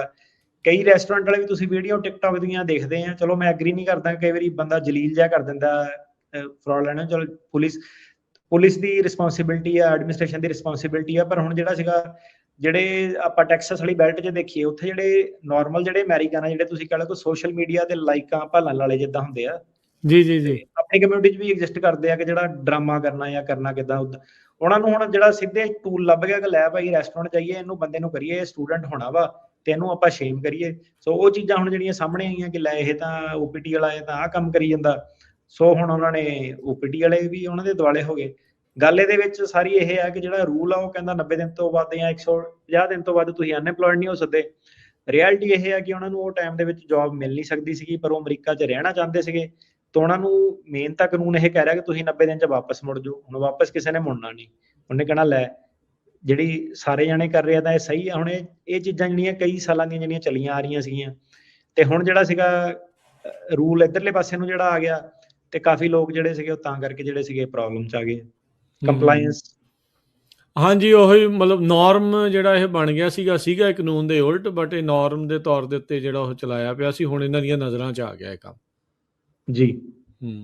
ਅੱਛਾ, ਸੀਗਾ ਸ਼ੁਰੂ ਤੋਂ ਹੀ ਸੀਗਾ। ਜਦੋਂ ਤੋਂ ਮੈਂ ਮਤਲਬ 2007 ਤੋਂ ਜਿਹੜਾ ਸੀਗਾ 8 'ਚ ਮੇਰੀ ਪਹਿਲੀ ਵਾਰੀ ਜੌਬ ਲੱਗੀ ਸੀ। ਇਹ ਐਚਨ ਦੇ ਕਈ ਮੈਨੂੰ ਮੇਨ ਮੈਂ ਮੈਜੋਰਟੀ 15 ਸਾਲ ਇਹੀ ਜਿਹੜਾ ਸਿਲੀਕਨ ਵੈਲੀ 'ਚ ਵੀ ਤਾਂ ਵੀ ਸੈਨ ਹੋਜ਼ੇ ਦੇ ਵਿੱਚ ਇੱਕ ਰੀਜ਼ਨ ਆਪਣਾ ਇਹੀ ਹੈ ਕਿ ਆਫਿਸ ਆਪਣਾ ਉਰੇ ਆ ਜਾਂ ਕਿਤੇ ਹੋਰ ਨਹੀਂ, ਕਿਉਂਕਿ ਇਹ ਜਿਹੜਾ ਕੰਮ ਸੀਗਾ ਇਹ ਆਪਣਾ ਮੇਨ ਜਿਹੜਾ ਸੀਗਾ ਪੰਜਾਬੀ ਰੇਡੀਓ ਤੇ ਆਉਣ ਤੋਂ ਪਹਿਲਾਂ ਕਿ ਇਸ ਚੀਜ਼ ਵੱਲ ਜਿਹੜਾ ਫੋਕਸ ਸੀਗਾ। ਤੇ ਇਹਦੇ ਵਿੱਚੋਂ ਦੀ ਉਦੋਂ ਪਤਾ ਲੱਗ ਜਾਂਦਾ ਸੀ ਕਿ ਯਾਰ ਆ ਅਸਲੀ ਦਮਦਾਰ ਇੰਜੀਨੀਅਰ ਆ ਨਕੰਮੇ ਵਾਲਾ ਜਿਹੜਾ ਹੈ ਨਾ। ਤੇ ਇਮੀਗ੍ਰੇਸ਼ਨ ਉਹਨਾਂ ਨੂੰ RFE ਵਗੈਰਾ ਭੇਜਦੀ ਸੀ ਕਿ ਨਹੀਂ ਤੁਹਾਡਾ ਕੇਸ ਅਪਰੂਵ ਨਹੀਂ ਕਰਨਾ। ਇੰਨੀ ਸਟ੍ਰਿਕਟ ਨਹੀਂ ਸੀਗੀ। ਹੁਣ ਤੁਸੀਂ ਕਹਿ ਲਓ ਕਿ ਉਹਨਾਂ ਨੇ ਗੇਅਰ ਜਿਹੜਾ ਸਿੱਧਾ ਟੌਪ ਵਾਲਾ ਪਾ ਕੇ ਤੇ ਉਹ ਸਿੱਧਾ ਹੀ ਜਿਹੜਾ ਸੀਗਾ ਕਲੀਨ ਅਪ ਜਿਹੜਾ ਉਸ ਚੀਜ਼ 'ਚ ਜਿਹੜਾ ਕਰ ਰਹੇ ਆ। ਡਿਟੈਂਸ਼ਨ ਦਾ ਇੱਕ ਜਿਹੜਾ ਓਵਰਸਾਈਟ ਆਫਿਸ ਸੀਗਾ, ਆਫਿਸ ਆਫ ਇਮੀਗ੍ਰੇਸ਼ਨ ਡਿਟੈਂਸ਼ਨ, ਓਮਬਰਡਸਮੈਨ, ਉਹ ਵੀ ਐਡਮਿਨਿਸਟ੍ਰੇਸ਼ਨ ਨੇ ਜਿਹੜਾ ਉਹ ਬੰਦ ਕਰ ਦਿੱਤਾ। ਇਹ ਆਫਿਸ ਦਾ ਉਹਦਾ ਕੰਮ ਹੁੰਦਾ ਸੀਗਾ ਅਬਿਊਜ਼ ਤੇ ਜਿਹੜਾ ਮਿਸਕੰਡਕਟ ਆ ਇਮੀਗ੍ਰੇਸ਼ਨ ਡਿਟੈਂਸ਼ਨ ਸਿਸਟਮ ਦੇ ਵਿੱਚ ਜੋ ਚੱਲਦਾ ਸੀ, ਉਹਨਾਂ ਨੂੰ ਇਹ ਬੰਦ ਕਰਨਾ। ਸੋ ਇਹਦਾ ਮਤਲਬ ਇਹੀ ਆ ਵੀ ਅਸੀਂ ਡਿਟੈਂਸ਼ਨ ਜਿੱਦਾਂ ਮਰਜ਼ੀ ਕਰੀਏ, ਵੀ ਬਸ ਉਹਦੀ ਕੋਈ ਜਵਾਬਦੇਹੀ ਨਾ ਹੋਵੇ, ਅਕਾਊਂਟੇਬਿਲਟੀ ਨਾ ਹੋਵੇ। ਇਹਦਾ ਮੇਨ ਮਕਸਦ ਇਹ ਨਹੀਂ ਸੀਗਾ। ਇਹਦੇ ਕਈ ਸਾਰੇ ਇਹਦੇ ਫਾਇਦੇ ਸੀਗੇ। ਇਹਦੇ ਵਿੱਚ ਨਾ ਇੱਕ ਫਾਇਦਾ ਇਹ ਵੀ ਸੀਗਾ ਕਿ ਜਦੋਂ ਤੁਹਾਡਾ ਪ੍ਰੋਸੈਸ ਡਿਲੇ ਹੋ ਜਾਂਦਾ ਸੀਗਾ ਨਾ, ਤੁਸੀਂ ਓਮਬਰਡਸਮੈਨ ਦੇ ਆਫਿਸ ਨੂੰ ਕੰਟੈਕਟ ਕਰਦੇ ਸੀਗੇ ਕਿ ਇਮੀਗ੍ਰੇਸ਼ਨ ਮੇਰਾ ਕੇਸ ਪੈਂਡਿੰਗ ਆ, ਇਹ ਅਪਰੂਵ ਨਹੀਂ ਕਰ ਰਹੇ। ਉਹ ਇੱਕ ਤੁਸੀਂ ਕਹਿ ਲਓ ਕਿ ਨਿਊਟਰਲ ਜੀ ਜਿੱਦਾਂ ਸੀਗੀ ਇੱਕ ਏਜੰਸੀ ਜਿਹੜੀ ਕਿ ਫਿਰ ਇਮੀਗ੍ਰੇਸ਼ਨ ਨੂੰ ਪੁੱਛਦੀ ਸੀਗੀ, ਓਵਰਸਾਈਟ ਜਿਹੜੀ ਸੀਗੀ। ਸੋ ਇਹ ਵਾਲੀ ਤਾਂ ਸਰਕਾਰ ਸੁਣਨਾ ਨਹੀਂ ਚਾਹੁੰਦੀ ਕਿਸੇ ਦੀ ਗੱਲ। ਇਹਨਾਂ ਨੇ ਆਫਕੋਰਸ ਉਹਨਾਂ ਨੂੰ ਉਡਾਤਾ ਕਿ ਭਾਈ ਤੁਸੀਂ ਸਰਕਾਰੀ ਖਜ਼ਾਨੇ ਤੇ ਨਾ ਰਹੇਗਾ ਬਾਂਸ ਨਾ ਵਜੇਗੀ ਬਾਂਸਰੀ, ਬਸ ਉਹ ਗੱਲ ਆ। ਬੰਸਰੀ ਦਾ ਇਹਨਾਂ ਨੇ ਜੱਜਾਂ ਦੀ, ਵਕੀਲਾਂ ਦੀ, ਕਲਾਇੰਟਾਂ ਦੀ, ਸਾਰਿਆਂ ਦੀ ਫੜ ਕੇ ਵਜਾਤੀ ਆ। ਵੀ ਇਹਨਾਂ ਦੀ ਵਜਾਉਣ ਵਾਲਾ ਜਿਹੜਾ ਬੰਸਰੀ ਸੀ ਉਹ ਚੱਕ ਦੋ। ਡਰਾਮੇ ਵਜਾਤਾ ਇਹਨਾਂ ਨੇ। ਨਹੀਂ, ਇਹਦੇ ਨਾਲ ਫਿਰ ਜਿਹੜੇ ਲੋਕ ਜਿਹੜੇ ਡਿਲੇ ਦਾ ਸਾਹਮਣਾ ਕਰ ਰਹੇ ਆ ਜਾਂ ਜਿਹੜੇ ਡਿਟੈਂਸ਼ਨ 'ਚ ਫਸੇ ਆ, ਜਾਂ ਜੇ ਉਹ ਆ ਕੇ ਦਾਅਵਾ ਕਰਦਾ ਵੀ ਸਾਡੇ ਨਾਲ ਮਿਸਕੰਡਕਟ ਹੋਇਆ, ਸੋ ਉਹਦੇ ਲਈ ਫਿਰ ਸਰਕਾਰ ਨੂੰ ਜਵਾਬਦੇਹ ਨਹੀਂ ਬਣਾਇਆ ਜਾ ਸਕਦਾ। ਹੁਣ ਮਿਸਕੰਡਕਟ ਦੀ ਭਾਜੀ ਗੱਲ ਕਰੀਏ, ਡਿਟੈਂਸ਼ਨ 'ਚ ਲੋਕਾਂ ਦੇ ਰੇਪ ਵੀ ਹੋਏ ਆ। ਮਿਸਕੰਡਕਟ ਦੀ ਆਪਾਂ ਗੱਲ ਕਰੀਏ, ਮੈਂ ਕਿਹਾ ਹੁਣ ਇੱਥੋਂ ਤੱਕ ਕੰਡੀਸ਼ਨ ਗਈ ਆ। ਹਾਂਜੀ, ਲੋਕਾਂ ਨੇ ਸੁਸਾਈਡ ਵੀ ਕੀਤੇ ਆ, ਲੋਕਾਂ ਦੀਆਂ ਡੈਥਸ ਵੀ ਹੋਈਆਂ। ਲੋਕਾਂ ਦੀ ਮੈਡੀਕੇਸ਼ਨ ਜਿਹੜੀ ਸੀਗੀ ਉਹਨੂੰ ਪ੍ਰੋਪਰ ਨਹੀਂ ਦਿੱਤੀ, ਜਿਹੜੀ ਕਿ ਉਹਨਾਂ ਦੀ ਰਿਸਪੌਂਸਿਬਿਲਿਟੀ। ਜਿਹੜਾ ਲੋਕੀ ਕਹਿੰਦੇ ਨਹੀਂ BP ਦੀ ਪ੍ਰੋਬਲਮ ਆ, ਇਨਸੂਲਿਨ ਦੀ ਪ੍ਰੋਬਲਮ ਆ, ਥਾਇਰੋਇਡ ਮੈਡੀਕੇਸ਼ਨ ਜਿਹੜੀ ਹੈਗੀ ਆ, ਲੋਕਾਂ ਦੀ ਉਹਦੇ ਕਰਕੇ ਹਾਲਤਾਂ ਵਿਗੜੀਆਂ ਹੋਈਆਂ ਅੰਦਰ।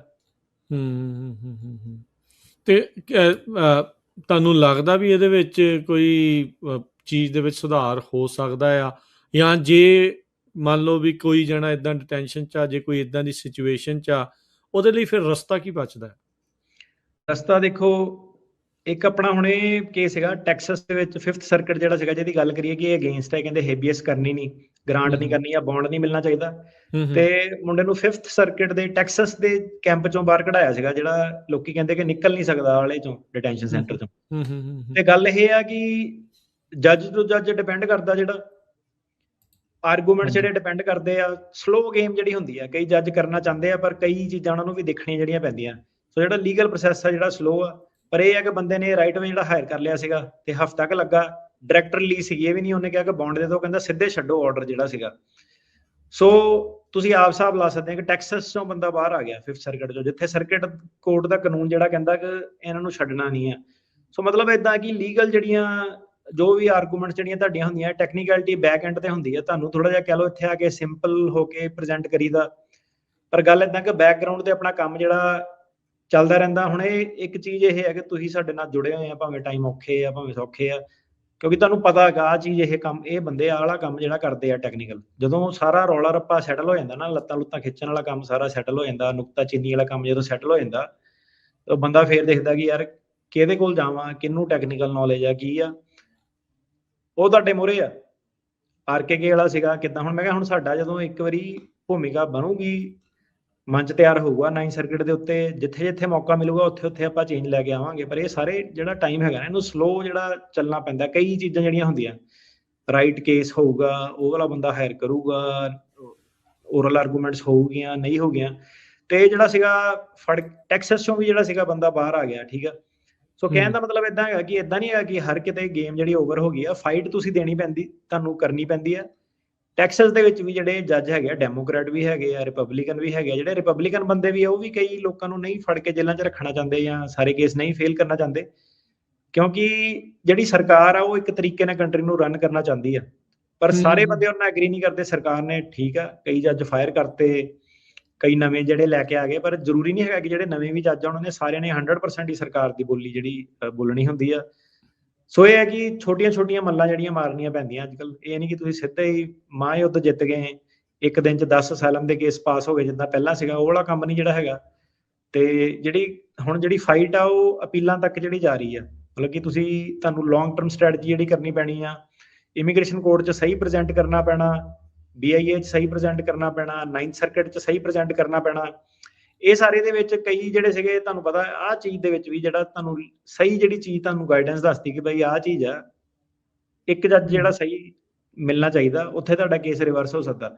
ਹੁਣ ਫੈਸਲਾ ਇਹ ਤੁਹਾਡਾ ਕਿ ਤੁਸੀਂ ਇਹ ਗੱਲ ਨੂੰ ਸਮਝ ਸਕਦੇ ਆ ਕਿ ਨਹੀਂ ਸਮਝ ਸਕਦੇ ਆ ਜੀ, ਕਿਉਂਕਿ ਇਹ ਚੀਜ਼ ਦੇ ਵਿੱਚ ਜੋਕਰ ਲੱਤਾਂ ਖਿੱਚਣ ਵਾਲੇ ਬੰਦੇ ਬਥੇਰੇ ਹੈਗੇ ਕਿ ਲੈ ਵੀ ਵਕੀਲ ਦੀ ਤਾਂ ਜਾਦੂ ਦੀ ਛੜੀ ਹੋਣੀ ਚਾਹੀਦੀ ਆ, ਉਹਨੇ ਘਮਾਤੀ ਤੇ ਕੇਸ ਪਾਸ ਕਿਉਂ ਨਹੀਂ ਹੈਗਾ, ਕਲਾਇੰਟ ਆਇਆ ਤੇ ਕੇਸ ਪਾਸ ਹੋਵੇ। ਉਹ ਚੀਜ਼ ਨਹੀਂ ਹੈਗੀ। ਕੇਸ ਲਾਅ ਕੀ ਕਹਿੰਦੇ ਆ, ਤੁਸੀਂ ਕਿੰਨਾ ਸਮਝਦੇ ਆ, ਆਪਾਂ ਆਪਣੇ ਵੱਲੋਂ ਤੁਹਾਨੂੰ ਹਰ ਹਫ਼ਤੇ ਸਮਝਾਉਂਦੇ ਆ, ਬਟ ਤੁਹਾਡੀ ਉਹਦੇ ਵਿੱਚ ਅਬਜ਼ੌਰਪਸ਼ਨ ਪਾਵਰ ਕਿੰਨੀ ਆ, ਤੁਸੀਂ ਕਿੰਨਾ ਆਪਣੇ ਕੇਸ ਤੇ ਕੰਮ ਕਰਨ ਨੂੰ ਰੈਡੀ ਆ, ਤੁਸੀਂ ਕਿੰਨੀ ਮਿਹਨਤ ਕਰਨ ਨੂੰ ਰੈਡੀ ਆ, ਕਿਉਂਕਿ ਚੀਜ਼ਾਂ ਹੋ ਗਈਆਂ ਟੈਕਨੀਕਲ। ਤੇ ਮੈਂ ਸੈਂਟਾਨਾ ਸੀਗਾ, ਕਲਾਇੰਟ ਜਿਹੜਾ ਸੀਗਾ ਉਹ ਕਹਿੰਦਾ, ਉਹਨੇ ਗੱਲ ਅੱਧੇ ਕਹਿੰਦਾ ਭਾਜੀ ਉਹੀ ਵਾਲਾ ਕਹਿੰਦਾ ਕੰਮ ਜਿਹੜਾ ਅੱਗੇ ਜਿਹੜਾ ਚੱਲਾਂਗੇ, ਜਿਹੜਾ ਟੈਕਨੀਕਲ, ਜਿਹੜਾ ਕਿ ਬਿਲਕੁਲ ਫਾਈਨਲ ਮੇਨ ਰਾਊਂਡ ਤੱਕ ਜਿਹੜਾ ਜਾ ਸਕਦਾ। ਜਿਹੜੇ ਪਹਿਲਾਂ ਸੀਗੇ ਛੋਟੇ ਕਮਜ਼ੋਰ ਜਿਹੜਾ ਸੀਗਾ, ਉਹ ਤਾਂ ਪਹਿਲਾਂ ਹੀ ਝੜ ਜਾਣੇ, ਜੱਜ ਨੇ ਪਹਿਲਾਂ ਹੀ ਗਲਤੀਆਂ 100 ਕੱਢ ਦੇਣੀਆਂ, ਉਹਨਾਂ ਨੇ ਅਪੀਲ 'ਚ ਵੀ ਜਿਹੜਾ ਸੀਗਾ ਫੇਲ ਹੀ ਹੋਣਾ। ਸੋ ਹੁਣ ਜਿਹੜੀ ਚੀਜ਼ ਉੱਥੇ ਜਾਣੀ ਹੈ ਕਿ ਬੰਦੇ 'ਚ ਜਿਹੜਾ ਸੀਗਾ ਕੋਰਟ ਦੇ ਵਿੱਚ ਟੈਸਟਮਨੀ ਦੇਣ ਦਾ ਡਾਇਰੈਕਟ ਕ੍ਰੋਸ ਜਿਹੜੇ ਸਾਰੇ ਸਵਾਲ ਸੀਗੇ, ਉਹ 'ਚ ਦਮ ਕਿੰਨਾ ਬੰਦੇ 'ਚ, ਕਿੰਨਾ ਉਹਨੂੰ ਨੌਲੇਜ ਆ, ਕਿੰਨਾ ਉਹ ਸਟੈਂਡ, ਕਿੰਨੀ ਉਹ ਜਿਹੜੀ ਸੀਗੀ ਸਰਕਾਰ ਦੀ ਜਿਹੜੀ ਸੀਗੀ ਫੇਸ ਕਰ ਸਕਦਾ ਕੁਐਸਚਨਿੰਗ, ਕਿੱਦਾਂ ਉਹ ਆਪਣੇ ਵਕੀਲ ਨਾਲ ਜਿਹੜਾ ਕੰਮ ਕਰ ਸਕਦਾ। ਇਹਦੇ ਵਿੱਚ ਹੁਣ ਦੇਖੋ, ਇਹਦੇ ਵਿੱਚ ਕੋਈ ਦੋ ਰਾਏ ਨਹੀਂ ਜਿਹੜੀ ਹੈਗੀ, ਇਹਦੇ ਵਿੱਚ ਹਰੇਕ ਵਕੀਲ ਨੂੰ ਹੀ ਚੈਲੰਜਸ ਜਿਹੜੇ ਕਾਫੀ ਜਿਹੜੇ ਆਉਂਦੇ ਆ। ਕਿਉਂਕਿ ਕਈ ਤਰ੍ਹਾਂ ਦੇ ਬੰਦੇ ਜਿਹੜੇ ਸੀਗੇ ਡੇਲੀ ਬੇਸਿਸ ਤੇ ਕੋਰਟ ਸਿਸਟਮ ਦੇ ਵਿੱਚ ਕਈ ਚੀਜ਼ਾਂ ਜਿਹੜੀਆਂ ਵੇਖਣ ਨੂੰ ਜਿਹੜੀਆਂ ਮਿਲਦੀਆਂ, ਤੁਸੀਂ ਆਨਲਾਈਨ ਵੀ ਖਬਰਾਂ ਸੁਣਦੇ ਰਹਿੰਦੇ ਆ, ਕਈ ਕੁਛ ਜਿਹੜਾ ਸਮਾਜ 'ਚ ਜਿਹੜਾ ਵਾਪਰਦਾ। ਸੋ ਹੁਣ ਪ੍ਰੋਬਲਮਸ ਤਾਂ ਦੇਖੋ ਜੀ ਹੈਗੀਆਂ ਹੀ ਆ ਇਮੀਗ੍ਰੇਸ਼ਨ ਕਮਿਊਨਿਟੀ 'ਚ, ਤੇ ਜੱਜਾਂ ਨੂੰ ਵੀ ਜਿਹੜਾ ਉਹ ਪਤਾ ਵਾ, ਪਰ ਇਹ ਹੈਗਾ ਕਿ ਤੁਸੀਂ ਸਿਰਫ ਇਹ ਦੇਖਣਾ ਕਿ ਤੁਸੀਂ ਕਿੱਦਾਂ ਆਪਣੇ ਆਪ ਨੂੰ ਸੈਪਰੇਟ ਕਰਨਾ ਉਹ ਸਭ ਨਾਲੋਂ। ਜੀ ਬਿਲਕੁਲ, ਆਪਣੇ ਕੇਸ ਨੂੰ ਕਿੱਦਾਂ ਸਟਰੋਂਗਲੀ ਤੁਸੀਂ ਪ੍ਰੈਜ਼ੈਂਟ ਕਰਨਾ, ਉਹੀ ਤੁਹਾਡਾ ਜਿਹੜਾ ਉਹ ਫੋਕਸ ਜਿਹੜਾ ਹੋਣਾ ਚਾਹੀਦਾ। ਸੋ ਇੱਕ ਵਾਰੀ ਫਿਰ ਦੱਸ ਜਾਈਏ, ਕਾਲਸ ਜਿਹੜੀਆਂ ਉਹ ਆਪਾਂ ਅੱਜ ਨਹੀਂ ਲੈ ਰਹੇ ਹੈਗੇ। ਅਟਰਨੀ ਟਿਰ ਕਹਿਣਾ ਜੀ, ਫੈਮਿਲੀ ਬੇਸਡ ਇਮੀਗ੍ਰੇਸ਼ਨ ਵਾਲਿਆਂ ਦੀ ਅਕਸਰ ਕਾਲਸ ਆਪਾਂ ਨੂੰ ਆਉਂਦੀਆਂ ਰਹਿੰਦੀਆਂ, ਕੀ ਸਿਚੁਏਸ਼ਨ ਜਿਹੜੀ ਉਸ ਦੇ ਵਿੱਚ ਚੱਲ ਰਹੀ ਆ, ਦੋਨੋਂ ਤਰਫ ਦੀ ਥੋੜ੍ਹਾ ਜਿਹਾ ਦੱਸਣ ਦੀ ਕੋਸ਼ਿਸ਼ ਕਰਿਓ। ਜਿਨ੍ਹਾਂ ਦੇ ਰਿਸ਼ਤੇਦਾਰ ਜਾਂ ਜਿਨ੍ਹਾਂ ਦੇ ਰਿਲੇਟਿਵਸ ਇੱਥੇ ਬੈਠੇ ਇੰਤਜ਼ਾਰ ਕਰ ਰਹੇ ਆ ਨਾਲ ਆ, ਤੇ ਜਿਹੜੇ ਆਊਟ ਆਫ ਕੰਟਰੀ ਆ ਜਿੱਦਾਂ ਇੰਡੀਆ 'ਚ ਨੇ, ਵੀ ਉਹਨਾਂ ਦੇ ਲਈ ਕੀ ਸਿਚੁਏਸ਼ਨਸ ਨੇ, ਕੀ ਤੁਸੀਂ ਦੇਖ ਰਹੇ ਆ ਇਸ ਟਾਈਮ? ਜਿਹੜੇ ਅਸਾਈਲਮ ਵਾਲੇ ਜਿਹੜੇ ਹੈਗੇ ਆ, ਗ੍ਰਾਂਟ ਵਾਲੇ ਕੇਸ ਜਿਹੜੇ ਸੀਗੇ, ਜਿਹੜੇ ਹੁਣ ਸਿਟੀਜ਼ਨ ਬਣੇ ਆ, ਜੇ ਤੁਸੀਂ ਮੇਰੀ ਸਲਾਹ ਮੰਨੋ ਤਾਂ ਤੁਸੀਂ ਆਪਣੇ ਘਰਦਿਆਂ ਦਾ ਜਿਹੜਾ ਸੀਗਾ ਇਹ ਵਾਲੇ ਆਉਣ ਵਾਲੇ 2.5 ਸਾਲਾਂ ਦੇ ਵਿੱਚ ਨਾ ਅਪਲਾਈ ਕਰੋ। ਬਹੁਤ ਜ਼ਿਆਦਾ ਲੋਕਾਂ ਨੂੰ ਜਿਹੜਾ ਸੀਗਾ ਏਲੀਅਨ ਸਮਗਲਿੰਗ ਦੀ ਧਾਰਾ ਜਿਹੜੀ ਲੱਗ ਰਹੀ ਹੈ ਉਹਨਾਂ ਦੇ ਉੱਤੇ। ਓਕੇ। ਤੇ ਫਿਰ ਉਹਨਾਂ ਨੂੰ ਫੋਰਐਵਰ ਜਿਹੜਾ ਤੁਸੀਂ ਕਹਿ ਲਓ ਕੋਈ ਕੰਮ ਜਿਹੜਾ ਇੱਕ ਵਾਰੀ ਖਰਾਬ ਉਹਨਾਂ ਦਾ ਹੋ ਜਾਂਦਾ, ਅਨਲੈਸ ਵੇਵਰ ਵੂਵਰ ਅਪਰੂਵ ਹੋਵੇ, ਤੇ ਉਹ ਚੀਜ਼ ਤੇ ਤੁਸੀਂ ਸਬਰ ਕਰ ਲਓ।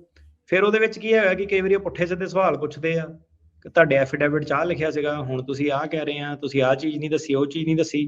ਕਿਉਂਕਿ ਜੇ ਪੁਰਾਣੇ ਟਾਈਮਾਂ ਦੇ ਤੁਹਾਡੇ ਕੇਸ ਜਿਹੜੇ ਸੀਗੇ ਪਾਸ ਜਿਹੜੇ ਹੋਏ ਸੀਗੇ, ਵੀ ਡੋਂਟ ਨੋ ਕਿ ਉਹਦੇ ਰੈਕਰਡ 'ਚ ਕੋਈ ਕਮੀ ਪੇਸ਼ੀ ਤਾਂ ਨਹੀਂ ਸੀਗੀ, ਕਿੱਦਾਂ ਸੀਗੀ। ਸੋ ਜਿਹੜੇ ਹੁਣ ਦਾ ਟਾਈਮ ਜਿਹੜਾ ਚੱਲਦਾ, ਇਹਦੇ ਵਿੱਚ ਹਰੇਕ ਚੀਜ਼ ਉਹਨਾਂ ਨੇ ਸਕਰੂਟਨਾਈਜ਼ ਜਿਹੜੀ ਕਰਨੀ, ਉਹਨਾਂ ਨੂੰ ਇੱਕ ਨਵਾਂ ਮੌਕਾ ਮਿਲ ਜਾਂਦਾ ਤੁਹਾਡੇ ਵੱਲ ਝਾਂਤੀ ਮਾਰਨ ਦਾ। ਸੋ ਉਹ ਸਾਰੀਆਂ ਚੀਜ਼ਾਂ ਜਿਹੜੀਆਂ ਦੇਖ ਕੇ ਜਿਹੜਾ ਸੀਗਾ, ਮਤਲਬ ਜਿਹੜਾ ਟਾਈਮ ਜਿਹੜਾ ਇਹ ਹੈ ਕਿ ਅਸਾਈਲਮ ਵਾਲਾ ਜਿਹੜੇ ਸੀਗੇ ਘਰਦਿਆਂ ਨੂੰ ਜਿਹੜੀ ਸੀਗੀਆਂ ਦਿੱਕਤਾਂ ਜਿਹੜੀਆਂ ਸੀਗੀਆਂ NVC ਵੱਲੋਂ ਬਾਈਡਨ ਦੇ ਕਾਰਜਕਾਲ 'ਚ ਹੀ ਆਉਣ ਲੱਗ ਪਈਆਂ ਸੀਗੀਆਂ। ਹੁਣ ਹੋਰ ਜ਼ਿਆਦਾ ਜਿਹੜੀ ਉਹ ਪ੍ਰੋਬਲਮ ਜਿਹੜੀ ਏਲੀਅਨ ਸਮਗਲਿੰਗ ਵਾਲੀ ਜਿਹੜੀ ਆ ਰਹੀ ਹੈ, ਫੈਮਿਲੀ ਇਮੀਗ੍ਰੇਸ਼ਨ।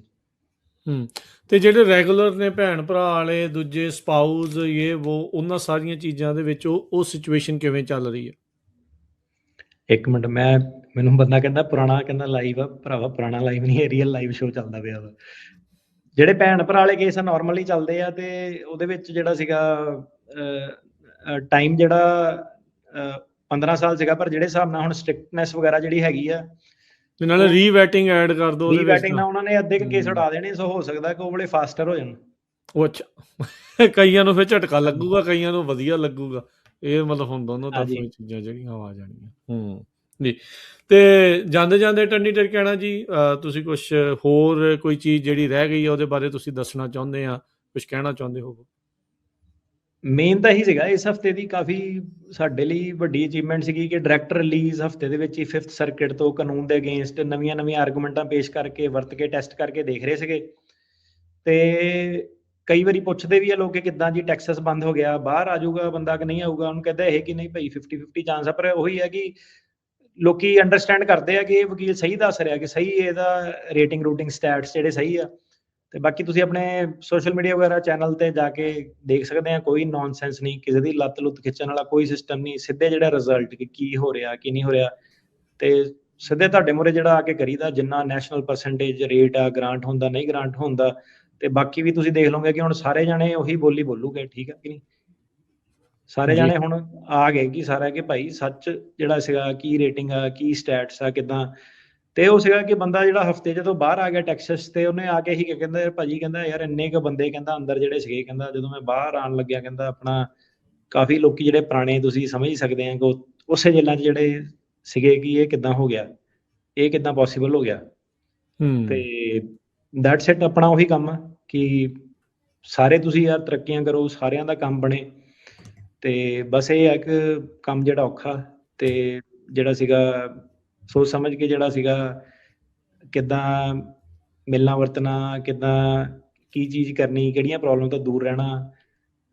ਜੇ ਤੁਸੀਂ ਛੋਟੀਆਂ ਚੀਜ਼ਾਂ ਜਿਹੜੀਆਂ ਸੀਗੀਆਂ, ਛੋਟੇ ਮੋਟੇ ਲੜਾਈ ਝਗੜੇ ਯਾਰਾਂ ਦੋਸਤਾਂ ਨਾਲ, ਉਹਦੇ ਕਰਕੇ ਜੇਲ੍ਹ ਚਲ ਜਾਂਦੇ ਆ, ਗਲਤ ਗੱਲ ਆ, ਠੀਕ ਆ। DUI ਵਗੈਰਾ ਅਜੇ ਵੀ ਮਿਲੀ ਜਾਂਦੀ ਲੋਕਾਂ ਨੂੰ। ਕਈ ਇੱਦਾਂ ਦੇ ਸੀਗੇ DUI ਮਿਲ ਕੇ ਹਟੀ ਆ, ਫਿਰ ਦੂਜੀ ਮਿਲ ਗਈ, ਫਿਰ ਫੜ ਲਿਆ ਇਮੀਗ੍ਰੇਸ਼ਨ ਨੇ, ਜੇਲ੍ਹ 'ਚ ਪਾਤਾ। ਇੱਦਾਂ ਵੀ ਬੰਦੇ ਆ ਕਿ DUI ਦਾਰੂ ਵਾਲਾ ਹੀ ਨਹੀਂ ਸਿਸਟਮ ਸੈੱਟ ਆਉਂਦੇ ਆ ਲੋਕਾਂ ਦਾ।